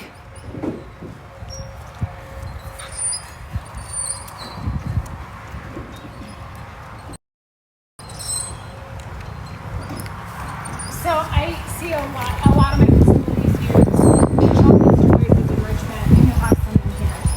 But this is something, I have another facility that has this exact caterpillar, and I never understood the point of it, because the caterpillar was on the ground. And these aren't arboreal, I'm sorry, they are arboreal, they're not like on the ground. They don't- Right, they're not a ground All monkey. they're doing is get terrestrial. That's what I'm trying to say. So all they do is they get on top of that thing and they poop all over it. You literally have this thing mounted to the side. Yeah. So I like to look at what one facility does that works really, really well. Yeah. And then take it back to other facilities and say, Yeah. hey, try this. Maybe this might Yeah. work. And I like the thought of taking the children's toys and actually mounting them. Because there's and I see it a lot, like you pointed it out with some of your haters, that there's a lot of people that are very confused about, these are primates, they're not children. And there's something I consider it to be pretty unhealthy. It's called anthropomorphism, and it's where you try to relate human characteristics to non-human primates. And you see it a lot in children's toys. So you have children's toys, but the application of the toys are primates. Yeah. And that's actually a really good idea to mount them so that they're climbing through it. And Well, you haven't been in the playhouse yet, so what playhouse? That whole house. You have a whole nother, what? you didn't know we had that? No. Well, I'll follow I you. told you, I don't follow you. I don't do TikTok. You want to do the outside part first or inside? We can do the outside part.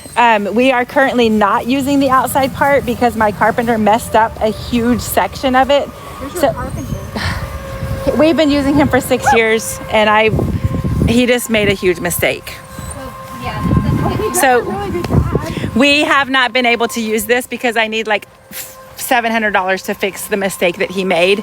You will find your sharp edges here, and this is why this has been completely closed off and not used. I wanted the door to go across there for a small catch enclosure. Oh yeah. He put it here and cut my solid. The hard work. wall. yes, Yeah. because I had it double layered so that no bugs or snakes could get inside of here. Yeah. And when he cut that open, and we were actually building the big enclosure for the spiders, and when I looked over here and saw this, the damage was already done. And So yeah, but this doesn't really get used anymore. I haven't had anybody in here for almost a year. Yeah. So I- this is what I see the most of. Is something about this size. Yeah. Yes, a lot of people will use these retriever panels. I would say 99% of monkey owners will use the retriever panels because you can buy the whole kit, which is 8 panels, I believe, for like $500.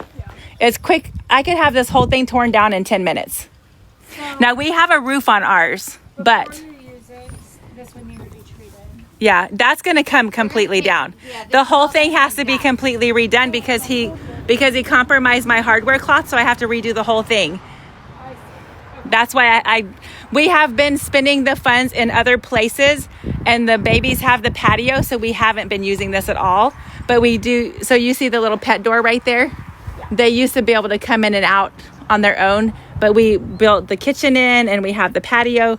We used to come out here every single day, but now that we have 16 monkeys, we are out here like twice a week. Okay. So, and the spiders don't come out here anymore. But they play inside? The spiders do not come out here to the playhouse anymore. Oh, so nobody does. The capuchins do. spiders. All the capuchins do. So we bring the 4 baby capuchins, and then we'll bring like Jack and Daisy separate because they can't be together. Okay. And then like if we have an encounter, we come out here with like 1 monkey. Okay. Okay, so this is going to be like your encounter room. Yeah, basically. Okay.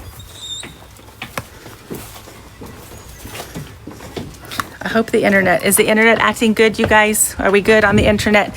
So this originally was supposed Oh my gosh, are you kidding me? Are you kidding me? flash storage. Okay, for anybody that is paying attention to this. Are you kidding me? Flash storage. Okay, for anybody that is paying attention to this is direct control. Anytime there's interaction between the primate and the public, they want you to have direct control of them. So the way they interpret that is we want a belly band, a harness. I don't like that. Right. And the reason why I don't like that is because I rely on real primate experts, like real primate experts, to talk to me and educate me on primates. When you put a belly band or a harness on a primate, you're forcing that primate Right. to encounter. I want your primates to be trained to voice commands. Get down. I don't want them on the heads. I don't want them on the shoulders of people.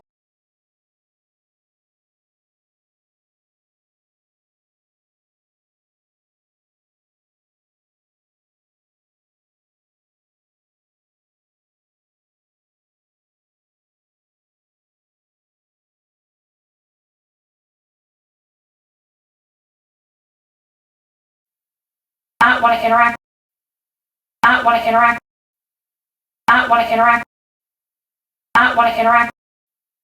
Not want to interact with this person. Right. And therefore injure this person. That's So where most people injuries will like always sit there or sit here. during And the before encounter. I walk them out here and I have a talk with them when they come for an encounter, and I say, look, I'm going to bring Oliver out. Yeah. Because they will pick Oliver, or they will pick Luca, or whoever. Like, I will sometimes let people choose which monkey they want to play with because they've encountered with them through the enclosure. Yeah. And it's always Oliver because he does patty cake and he loves to throw balls and he loves to lay down and let you like pretend to get his bugs. Yeah. And so, guys, are y'all good on the chat? So before I bring the monkey out here, I will say, you know, take all your jewelry off, take all your, you know, whatever, your purses, everything stays outside here in this room. And then I will explain to them, you know, if the monkey gets on your lap, you can love them, you can pet them. Don't try to restrain them from their movement. Yeah. If you think they're going to fall, let them fall. They're going to catch themselves. Don't make any loud noises. Don't be like, oh my God. Yeah, don't do any of that. Just let them come and go on your lap as they please. And it has been really, really awesome. Yep. They've done so well. So the when there's an injury in an encounter, and it does happen, you know what I mean? But almost every single time it happens, it's because that monkey was in a harness, Right. or on a belly band. When they they get are frustrated just in because their they don't want to natural be there. habitat, Yeah. being able to play and do their thing, and that's just an extra piece of enrichment. Is what that person is to them. Yes. It's just I mean, Yes. I'm not gonna bond with you. We're not gonna be besties. You're just some enrichment for me to play with for a little bit. Yep. Now I want to go play over here. Yep. That is a healthy encounter. So, but we want to make sure that we're using primates that respond to voice commands. Yes. Yeah, and Yes. all yours do. I mean, Yep. I've seen it. They all do. So, I don't know about your monkeys out And there. then if one because I gets do see them like too, if so- Oliver does get too crazy, then they can go in here and be still be seen and play, but not be right. The amount of time that we spend in here, because we do it as an hour. Yeah. And you see what we're doing today. It takes a full hour. Yeah. So at the end of the encounter, I bring them in here, whether it's 1 or 3 or 5 people. They come in here, they get comfortable. We go through the talk and like, you know, what it's like to have a monkey in front of you. And then we're in here for 10 to 15 minutes tops. They get to see them, pet them, get their pretend bugs, play ball, take some pictures, and then that's it. Your hour is up. Yeah. So Your walls are clean. I mean, it looks. How did you get these pieces? they were just like that. You bought them like this? One of my friends gifted those. Like, where do you go to buy something like this? They're Amazon. Those actually came from Kohl's. yeah, My friend they're, found all of those like at Kohl's. for kids to play and climb on, like on a play set outside. I mean, when I'm not. Yeah, my friend got all of those from Kohl's. Well, we did it because if you look behind you, there's a tree and a jungle behind you, so that's like a pretend like part of Vine. enrichment. Yeah, like vines. I get it. So when I'm not doing this, when I'm at home and I'm with my family and my children, I substitute teach at the school just so I can spend more time with, my kids and their friends and their environment. And so recess duty, like I'm telling you about our school is sucking because we need to like hold recess in here. My grandkids love coming in here. I'm super struggling right now, not swinging across the stone. I love rock climbing. Oh my gosh, I'm so ridiculous. All right. I mean, I'm not even trying to find it. I give up. That was good. That was really good. I just want to play it. We had intended to pick up all the balls and toys, but when they come in here and play, there's just Yeah, why? they throw balls. Oliver loves to play with the balls, and they drag them everywhere. I just Yeah. So don't then they have the ball pit. They'll swing on this and drop into the ball pit. Now, I will also remind you. There's a ball pit. Come on. This playhouse they're never left alone in here. Right. If like supervised. Now when I gather them to leave, sometimes Luca will not come, so I'll run the others back and then come right back and get him, so he may be out here for a minute or so, but he's usually, when I come back, on the pillow crying because he got left behind. Yeah. But nobody gets left out here unsupervised. And there's nothing, even if they did, there's no violation because there's no sharp edges. Yeah. Everything's sealed. Everything is sanitized. So I would say, I don't know that you can do this room justice on TikTok. I mean, this is the coolest thing ever. I think all of us parents need to take note. When you put your children's room together, don't spend all the money on the cute little wall hangings in the nursery. Like, who cares? I have the cues. All the toys are bolted down, just so you know. Anything that's up above, Yeah. everything's completely bolted down. This is so much. Yeah. Wow. Has she seen this? Has your inspector seen this? She will walk in and stand right here and just be like, okay, I don't need to see anything else. She's never said, like, this is amazing. She's never said, you've outdone she's never complimented me. To know where you're doing an exceptional job. She has never complimented me, ever. And you need to be these inspectors need to be doing very thorough inspections because Never. It's, My very first inspection was with Brenton Cox. yeah. When he came to do my inspection, we didn't have any enclosures. Yeah. He said my home was my enclosure because we had 2 baby capuchins. That was it. He said your home is your enclosure, your privacy fence is your barrier fence. And he said, this is insanity and it's extremely overboard. He was like, why? And that was it. Like, Yeah. they've never complimented. I mean, I took that as a compliment, of course. That was a good compliment, definitely. He was also the one that was like, you don't need your license. Why are you doing this? I don't recommend that you do it. And I wish I would have listened to him. Yeah. But we're here where we are, you know. Well, and here's the thing. I want you to keep your license because I want you to open to the public. You Yeah. know what I mean? I want you to get off TikTok. I want you to get away from the hate because it's drama and it's nonsense and it's hateful and just, it's dumb. Like, TikTok is dumb. And I literally, people, listen, I am not taking sides with anything about anybody ever. I think you guys are all mean people. So, I think you need to choose kindness. Let me check. You have 1,000 people. We've had 1,000 to 1,100 people On here? on here. I don't know if you want to do like a Q&A real quick. Hashtag choose kindness because Aw. again, I always say, like, if the exotic people, if the licensees, if the primate people, if you guys could all get together for the good cause you could be unstoppable if you relied on each other. Hey, Brandy's our go-to for enrichment because she's clearly got it. I have tons of people who message me for links. got- Tons. There's probably some of them in here right now. Yeah, if I've got a facility that does the absolute best encounters ever. I love her encounters. I've experienced them firsthand with her working with the public, and it's so educational on conservation and stuff like that. So I send a lot of my facilities to her. Working together, if you guys have the ability to work together like the Hoofstock people do, or the Peafowl Association, you know, all these different associations of like more rancher farmer mentality, not so much exotic.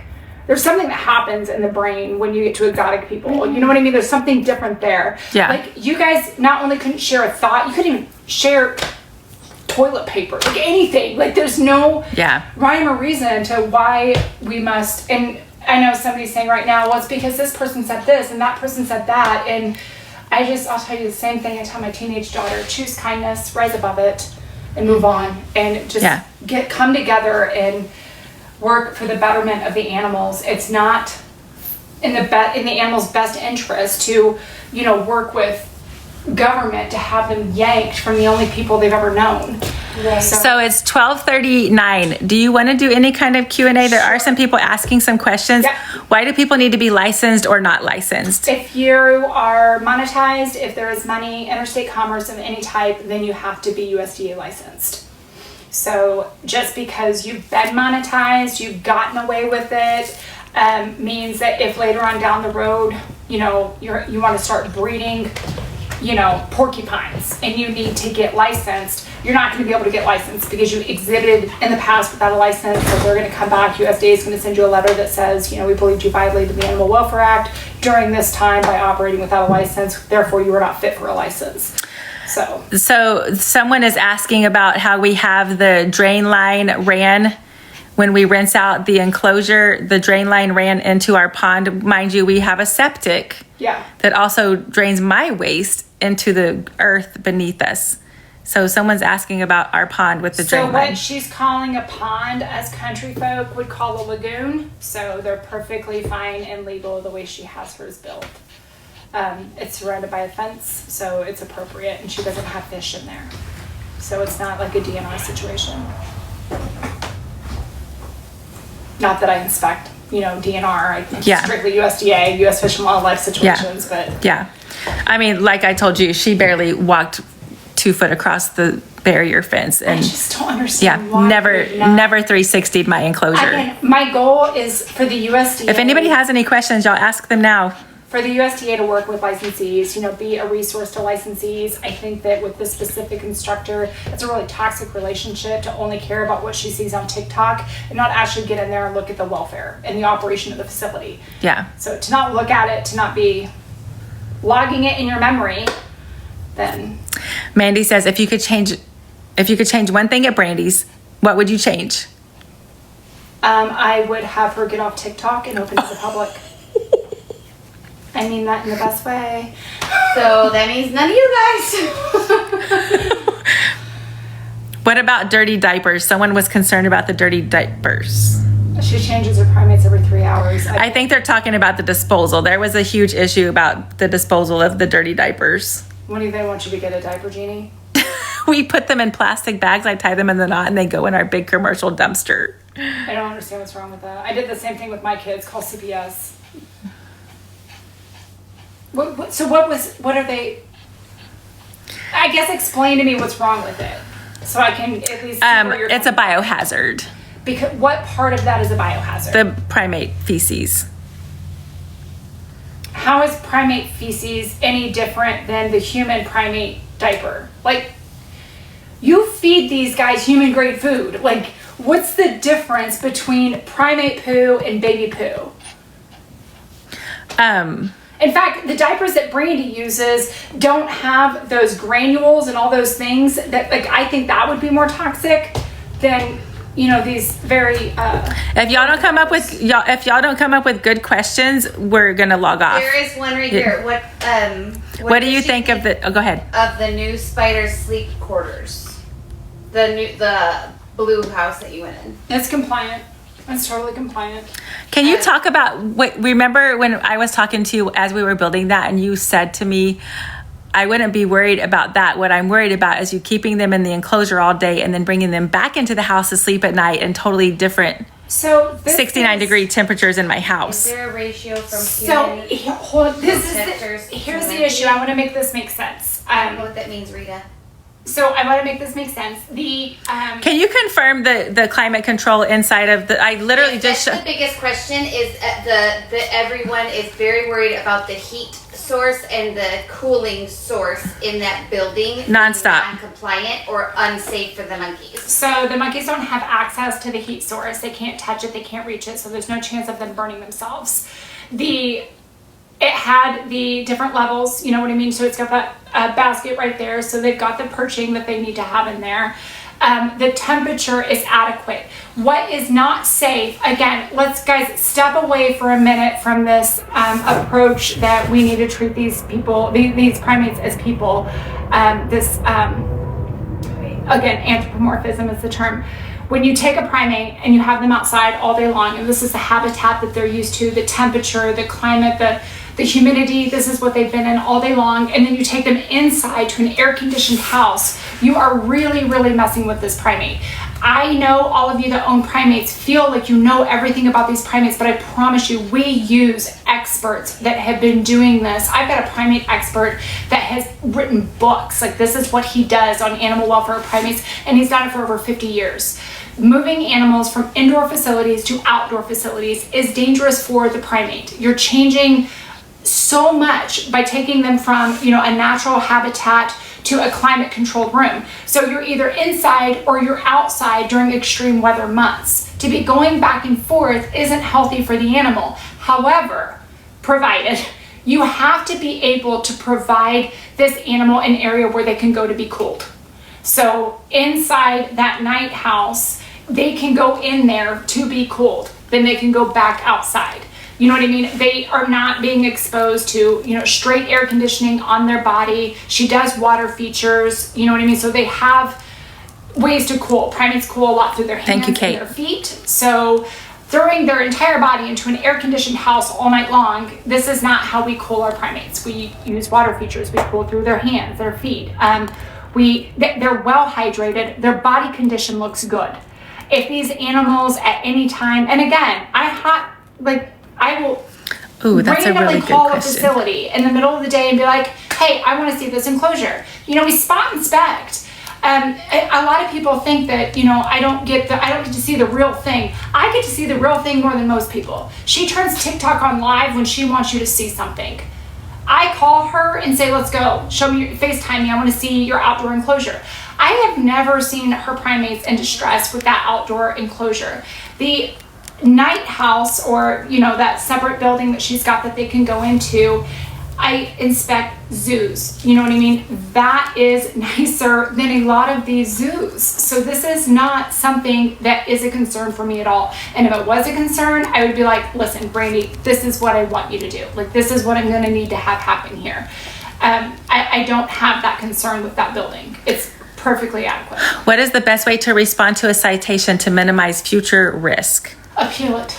If it's not a real citation, like the ones that Brandy was hit with, we appealed them. We got the appeal response back. We won some. The ones that we lost, we don't agree with. This hasn't ever been done in the history of the USDA, but because of, the information that we're getting through our own internal investigation, we think at this point it's necessary to escalate it. So right now we're looking into what it's going to look like to escalate this to a federal court level, and what that looks like. It's never been done before, where you just go straight from appeals to federal court. Typically you have to have administrative hearings and stuff like that. So we've got people researching to see exactly how we need to do this, but we are not in complete agreement, and we think that we could prevail in federal court. I don't think we can prevail in federal court. So, but even if, like, let's say Brandy says, you know what, let's just leave it alone. Let's just quit. Let's just, move forward, and from this point forward, this is how we'll do things. Even if she does decide to do that, it's important to have an appeal on the record just because you're maintaining a record. So if there is administrative proceedings that come later on, you've already got that record. Why do you think Brandy is so criticized?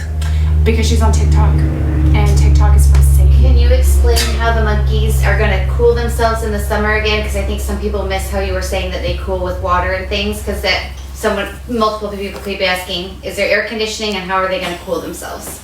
So typically in most zoo settings, I mean, they don't provide air conditioning to these primates just because they're very aware through their experts that that's not how you do it with primates. So they use water features, they use misters, they use, a lot of them will just have like little fountains and stuff like that. The monkeys will play using their hands and their feet. And those hands and feet in water, using ice cubes, freezing treats, yogurt treats, stuff like that. That's how you keep your primates cool in the summertime. But please be mindful that these primates in their natural habitat are in much hotter climates. So I am not concerned about a primate that has the ability to, get cooled through natural enrichment. I'm not worried about those primates. I'm worried about primates that are being outside in heat, in humidity, and then going into an air-conditioned building. That's what I am concerned about, along with most every animal primate expert would really, really get frustrated about the constant need to insist that these animals go into air conditioning. What is your professional status? I am a paralegal. And I mean, what do you mean my professional status? I guess they're just asking. So my education, I have a nursing degree, but I also have a paralegal degree. My professional status, I have a phenomenal legal team that we work with. I also have my compliance division, and then I have an insurance division. So like my facilities that need liability insurance and stuff like that for their facilities, we can also provide that through Shoots Insurance. So I've been doing this since 2012. I have 70 facilities. I'm not an expert in anything, but I really rely heavily on my experts. How do you feel about Brandy accepting more primates? I think that everybody has a capacity limit. I don't think that Brandy's at that limit yet. I think she's probably getting close. If she starts hiring on more people, I think that she could expand quite a bit. This is a good question. How do you balance transparency with compliance protection? That's my favorite question. So, and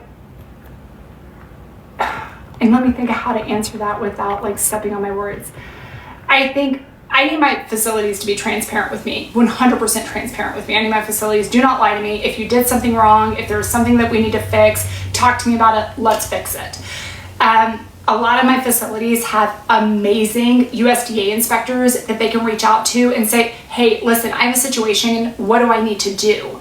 And we can prevent stuff before it happens when we have inspectors like that. Unfortunately, because of some of the very volatile inspectors that are still left, I call them the residual ones, they've created this scorched earth. I actually have one inspector out of Michigan tell my facility that they need to lie about how animals die. And I was just like, no, because if we lie about that, then, how do you prevent zoonotic situations and stuff like that? So I think that as far as my facilities with their inspectors, it depends on their inspectors, the level of transparency you want to provide to them. But obviously my facilities, I need them to be 100% transparent with me. Okay, I good. will make them compliant. So you're a lawyer for Greg and Brandy, not a certified primate inspector. That's a lot to unpack. Hold on, let me unpack it though. Yeah. I am not a lawyer. William White is one of my attorneys. I've got Bowles, Holmes and White out of Alabama. I also have a new member to our legal team. Her name is Sheila Novak. Sheila is going to be essential to us. She was with the Office of General Counsel over the USDA, and she had since retired and decided to come work for us.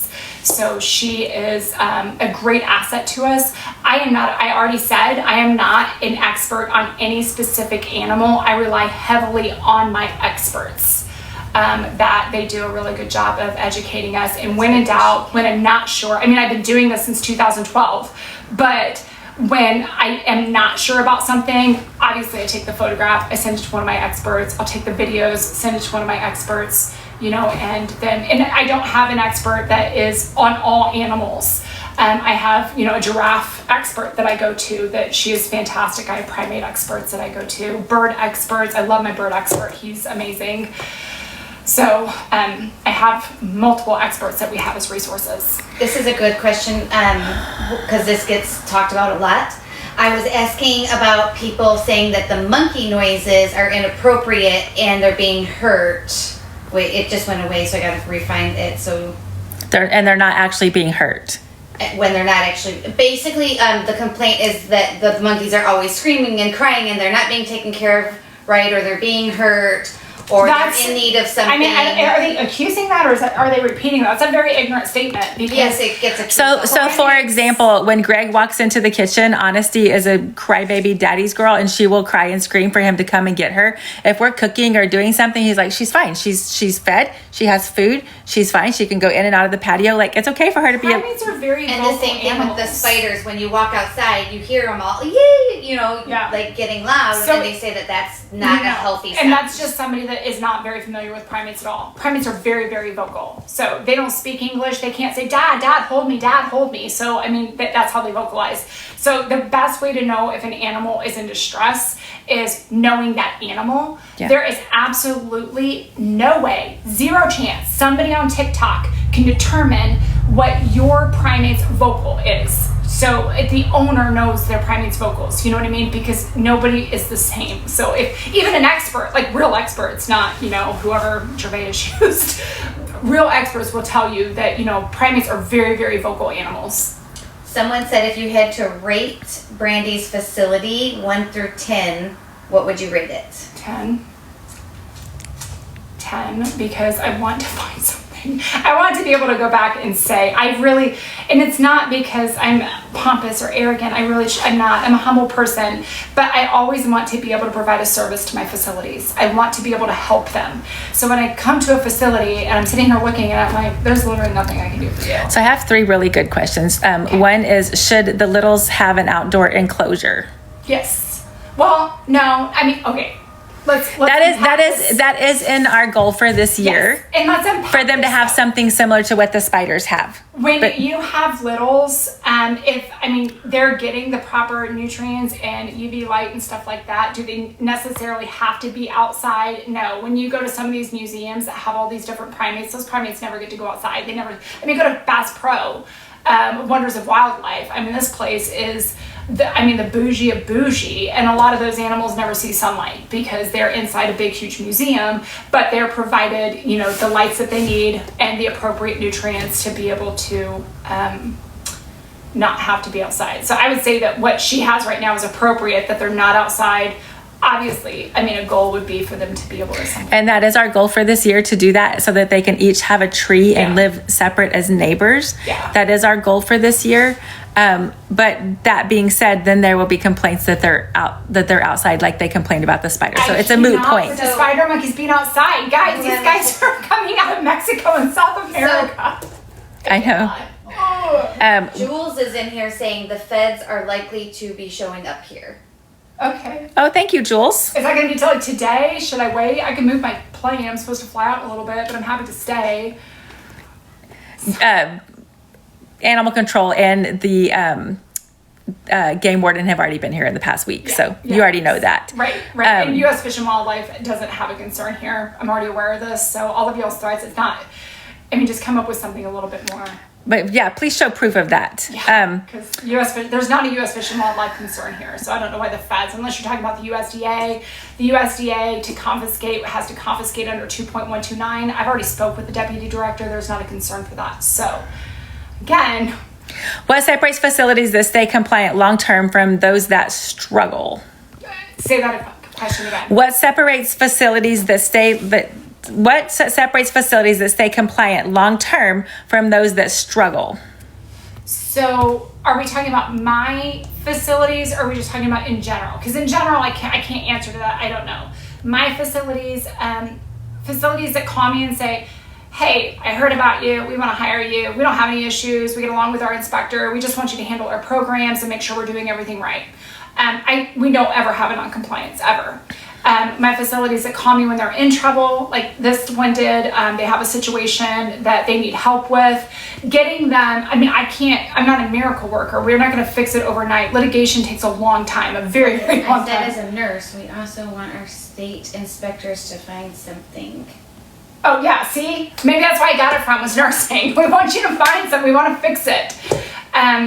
That's what she's saying. The first part, she's saying it was a 2-part thing about the Fed. She says, as a nurse, we want people to find, our state inspector to find something, or feds are likely to show up. Was her statement. Oh, okay, that makes sense. Thank you. No, agreed, I agree. So her state people, they haven't found anything. Her sheriff, animal control, everybody's been out here. The veterinarian, I've spoken with him multiple times. Thank you, Jules. The only person that has an issue with this facility is the USDA inspector. Even prior USDA inspectors, just this one specific USDA inspector. None of the other USDA inspectors have ever had issue with this facility. Is it illegal that someone is selling hate merch against Brandy? Yes. So what has been done illegally to Brandy and that we are going to pursue is doxing. You cannot, especially for cyberbullying, you can't dox somebody. Doxing means that you have posted their phone number or you have posted their address in a social media platform for the purpose of, targeting them. In this cyberbullying situation, that's very much what's done. So it can carry in the state of Texas up to 6 months in prison and a $2,000 fine. So doxing Brandy is illegal. Doxing Brandy's daughter is illegal. Doxing any of her family members is illegal. If you dox me because of this, it's illegal. That is one thing that you can't do. And then what was the other thing they asked? The selling merch, hate merch against us. So, Jules, sorry, I didn't see the first part. Didn't you have a copyright? We are trademarked, yes. Yeah, trademarked. So yeah, you can't use her trademark to hate on her. I don't know that it's a crime. I think it's a civil tort. Can you talk about the 45 degree or 85 degree weather that primates are to be kept in under the USDA requirements? Because these people are not going to, actually, we're just going to skip that. No, let's talk about that. So your primates, if it is below 45 degrees, I think it's actually 48 degrees, but I'll double check on that for you. I think it's 48. No. I think it's 45. It is 45. It's 46. And then below guys, I 46. think questions need to start getting away from like that hate stuff. Yeah, if you ask like a general. No, this is educational this is question. USDA questions. So I'm eager to answer. No, this there's question. other questions that they're asking okay. about. So if your animal is going to be below, that temperature, you have to be able to find a way for them to, get warm. Especially. I don't have my phone, Greg. The other issue, so above 85 Send it to Alex. degrees, that doesn't mean you take them into air conditioning. That means you provide them the ability to get cool. That doesn't mean you take them into an air conditioned building. That means you provide fans, misters, water features, frozen treats, and then a shaded area. I can take a thermometer, and I'll leave you my thermometer. I'll buy a new one. I've got a thermometer where you just literally point. I have a laser one. Okay. I bought a laser one because All I'm gonna do- they continually said my water was boiling hot because of the aluminum waterers. But let's move putting a little pond. Let's move away from, we're not doing this. We're not. I do want to say this. Educational questions. I do want to say this. So if your facility, if you are a zoo and you're watching this, or if you are a USDA licensee and your facility, you have primates outside and it gets over 85 degrees, that does not mean that you take your primates into an air-conditioned building. Nobody wants you to do that. That is not healthy for these animals.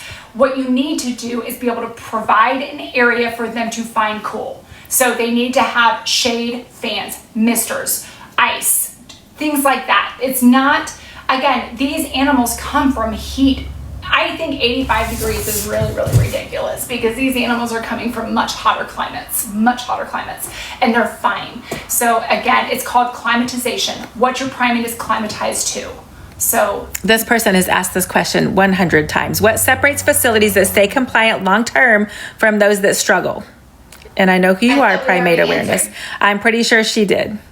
but they are asking it a million times. Well, I guess it depends on ones that struggle. Like, what does that mean? So we have this, inspection report where we have this slew of stuff that came directly from TikTok. I would like to point out there was not a single violation on that inspection report that had anything to do with the animal welfare, husbandry, or standard in the enclosures, the habitats, or the enrichment provided. It was nothing but TikTok videos where there were pieces clipped. You didn't see what was before, you didn't see what was after. You saw specific clips, and none of them were taken directly from TikTok. They were taken from somebody's cell phone recording TikTok. So there's that. And again, I guess the question from ones that struggle, just because a facility has a non-compliance, Hey, Jamie. or inspection report with non-compliances, doesn't mean that that facility technically struggles. So that when you have all of these inspection reports from prior inspectors and we don't have problems, and now all of a sudden we have this one inspector, working with the TikTok haters that writes her up for a slew of inspections, then you can see, and I think that we need to go ahead, and I'll double check with William, so don't do it until I check with William, but I think that we need to go ahead and post that exit interview with that inspector so that you can see. Yeah. I mean, our legal team was mind blown by the behavior of this inspector in the exit interview. So let me, double check with our attorneys, but I think that you'll be able to see the targeting efforts when we post that exit interview. You'll be able to see the tantrum when she was told that she couldn't, cite something. I think that we might need to release that. So let me check with legal on that, and I'll get back with you. Yeah, that's a great idea. Can you ask for another inspector? We have. Yeah, we have, and I think that we're moving in that direction. Guys, our new USDA, we have a new administration inside the USDA, and they genuinely want to work with facilities. They want to repair this relationship with their facilities.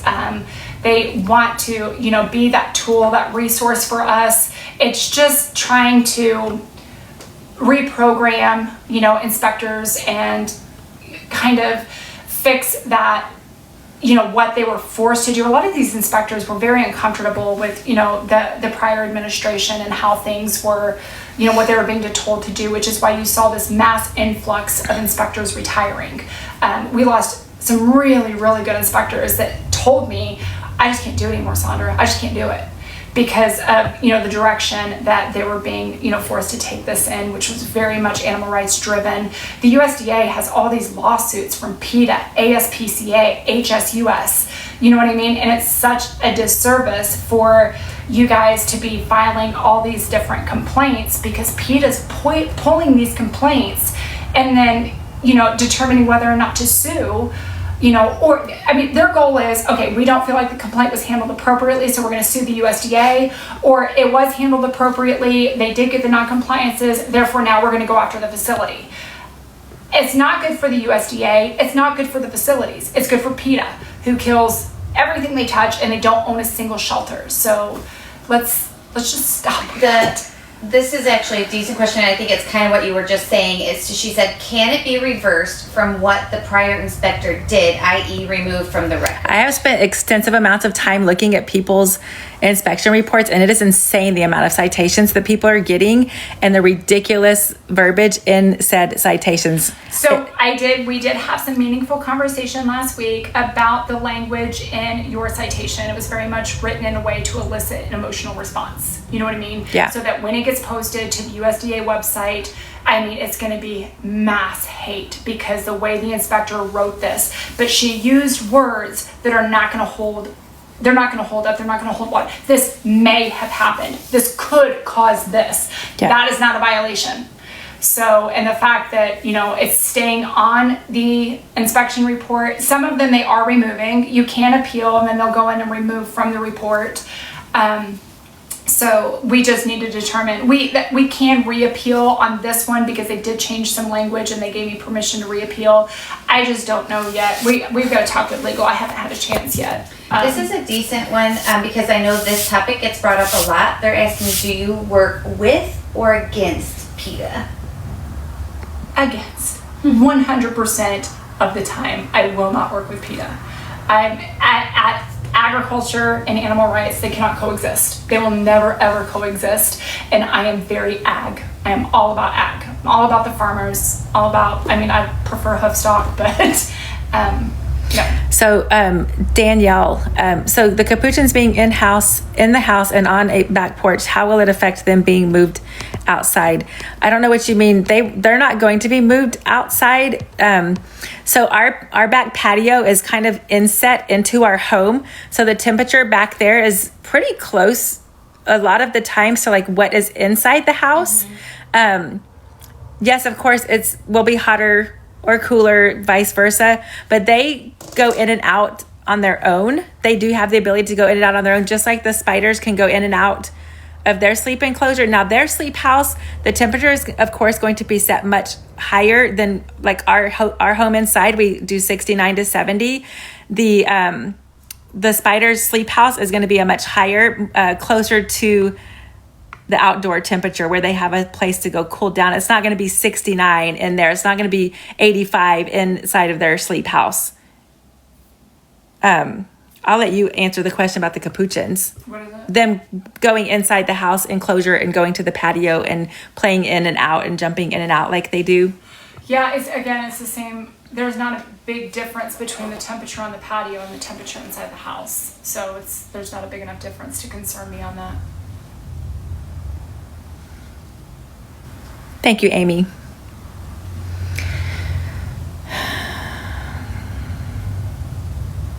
I think we're done. I don't think anybody has any more questions. Boop, boop.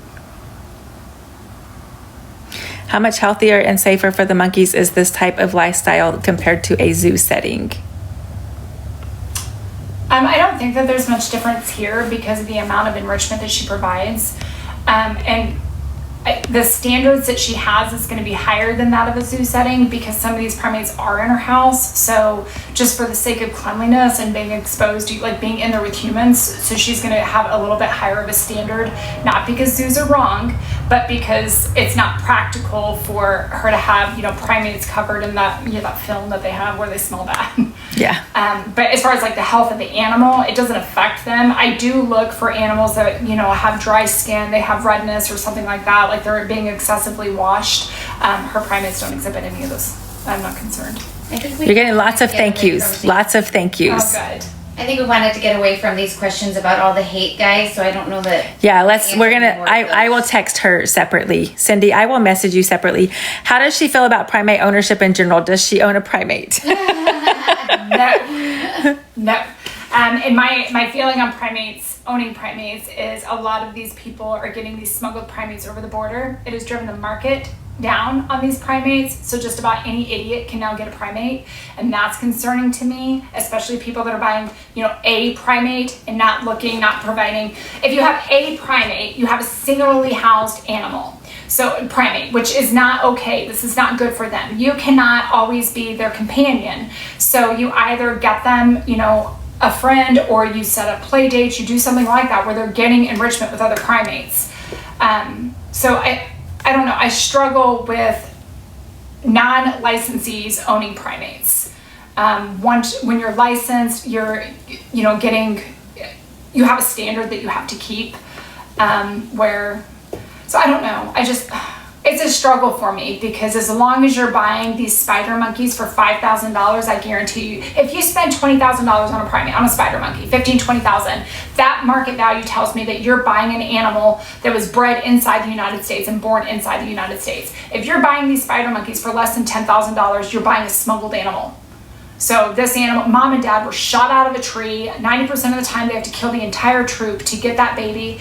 And now where these animals were just a few years ago, there were tons of them in the wild. They are now on the endangered species list. So I'm not a big fan of it. Jude said, do you see any issues with their diets? Are treats allowed in limits? Yes. Yeah, treats are great. Treats are part of enrichment. They just need to be appropriate treats. I mean, I'm not going to sit there and say, hey, give them cookies and lollipops. But, treats are definitely appropriate. It's enrichment.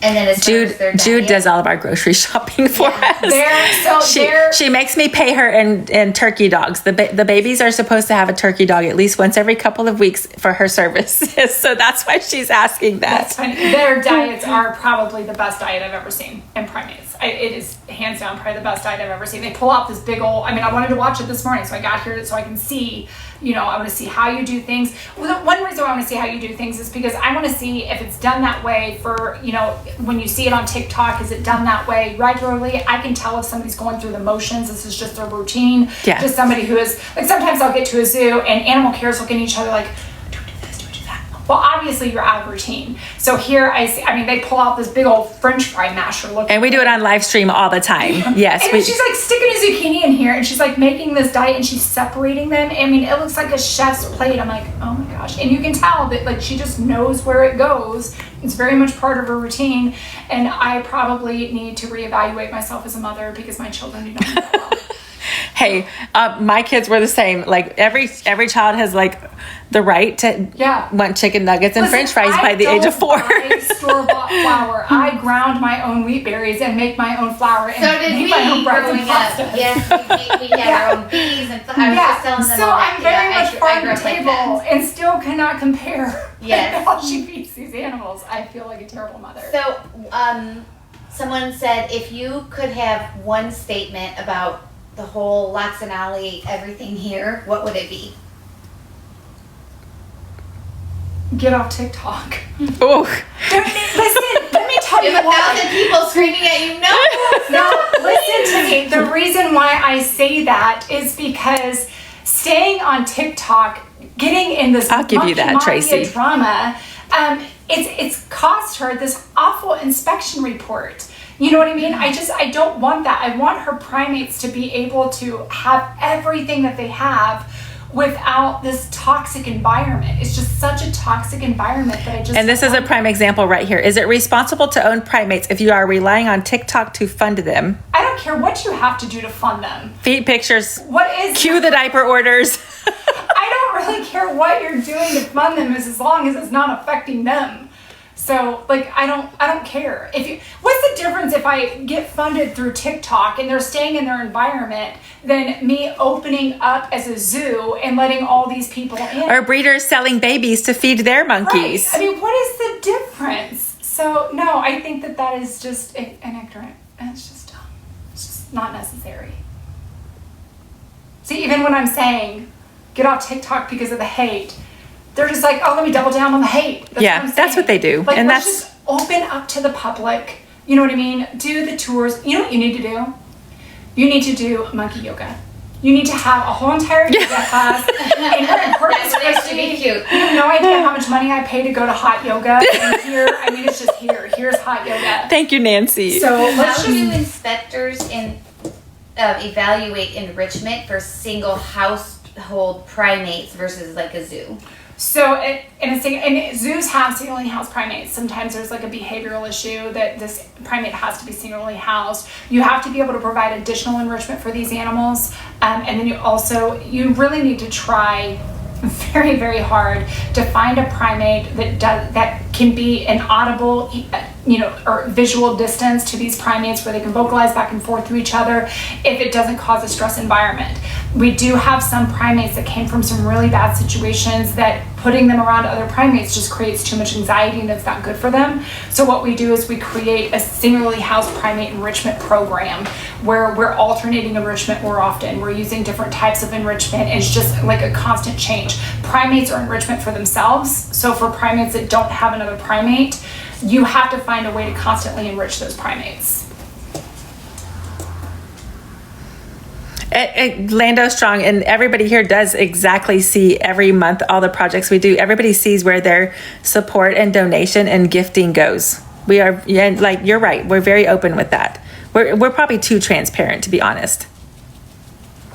I would say yes. Yes. Yes. And again, guys, I'm here. I see it firsthand. I see it before because I work in zoos. I see what the relationship between the capture team looks like and the animal care team with that primate. So yes, it looks like, Greg is and he's not very well versed, but it may look like he is like coming in as this, aggressive person, but they were trying to catch a primate earlier. And this primate was just like, it's not happening. Like Brandy tried. He's like, no, watch me, look at me. I'm gonna climb all the way up here. So all Greg had to do was just walk out there And he's like, all right, let's go. It's not because he's abusing the primate. This is every single Because they know the capture difference team. in the people. Every capture team and every zoo, you don't use animal care on your capture team. And it's because when you're capturing a primate, you're capturing them because they are resisting. They're being their little naughty selves, and you are trying to get them into somewhere where they don't want to go. And so that's not their favorite person. Can people that have community service work for you at your facility for the hours, I guess is what they're asking. Yes, because you have a 501c3 now, right? Yes. So yes, as a 501c3, she can actually go to. You might even go to like local detention facilities, or and if you do like a local detention facility, obviously you want a background check and make sure we're not dealing with sexual predators. Yeah. But you can go there. A lot of people will go to FFA, like the at the schools and stuff like that. I know that my kids do a lot of FFA hours. So those are another really good resource. And that's a really good opportunity for you to educate the public. Like, this is what this looks like. This is why we do what we do. Yeah. I did that for Halloween. Yeah. I posted a big thing. We put the exhibit trailer sideways across the entrance of our driveway so nobody could come in. And then I put up my barrier table so people could come up and trick or treat for candy and see the monkeys. Yeah. And it helped a lot because I do like to educate people about spider monkeys here in the South Texas region because of the awareness. It's really sad. There is a lot. Someone said, can she hold one of the babies? Who, me? No, I don't need to hold anything. It's okay. Thank you, though. Like, I'll hold a dog. Listen, We want to talk about your love affair last. My favorite animal is the donkey or the camel. Like, I'm a hoofstock girl. I am a dog. Ooh, that is a great commercial break. Patty Cake says, how do people get a hold of you if they're interested in your services? Who's Patty Cake? She's one of our very good friends. She has a page devoted to the monkeys. She records. She'll be posting this whole inspection. I'm so hesitant to take on any more primate people because there's so much hate. But you can contact me. My cell phone number is 417-380-8197. You can text me on that number, or you can email me at saundralea58@gmail.com. So it's SONDRALEA58@gmail.com. You can also go to my website, TWOBYTWO4 and you can contact me through that. But I don't really check that one very well. I've got marketing people that check that, and they often forget to give it to me. So, or Facebook. You can message me through Facebook. But again, just call me or text me. What is that? Loxley's pants. She shredded them.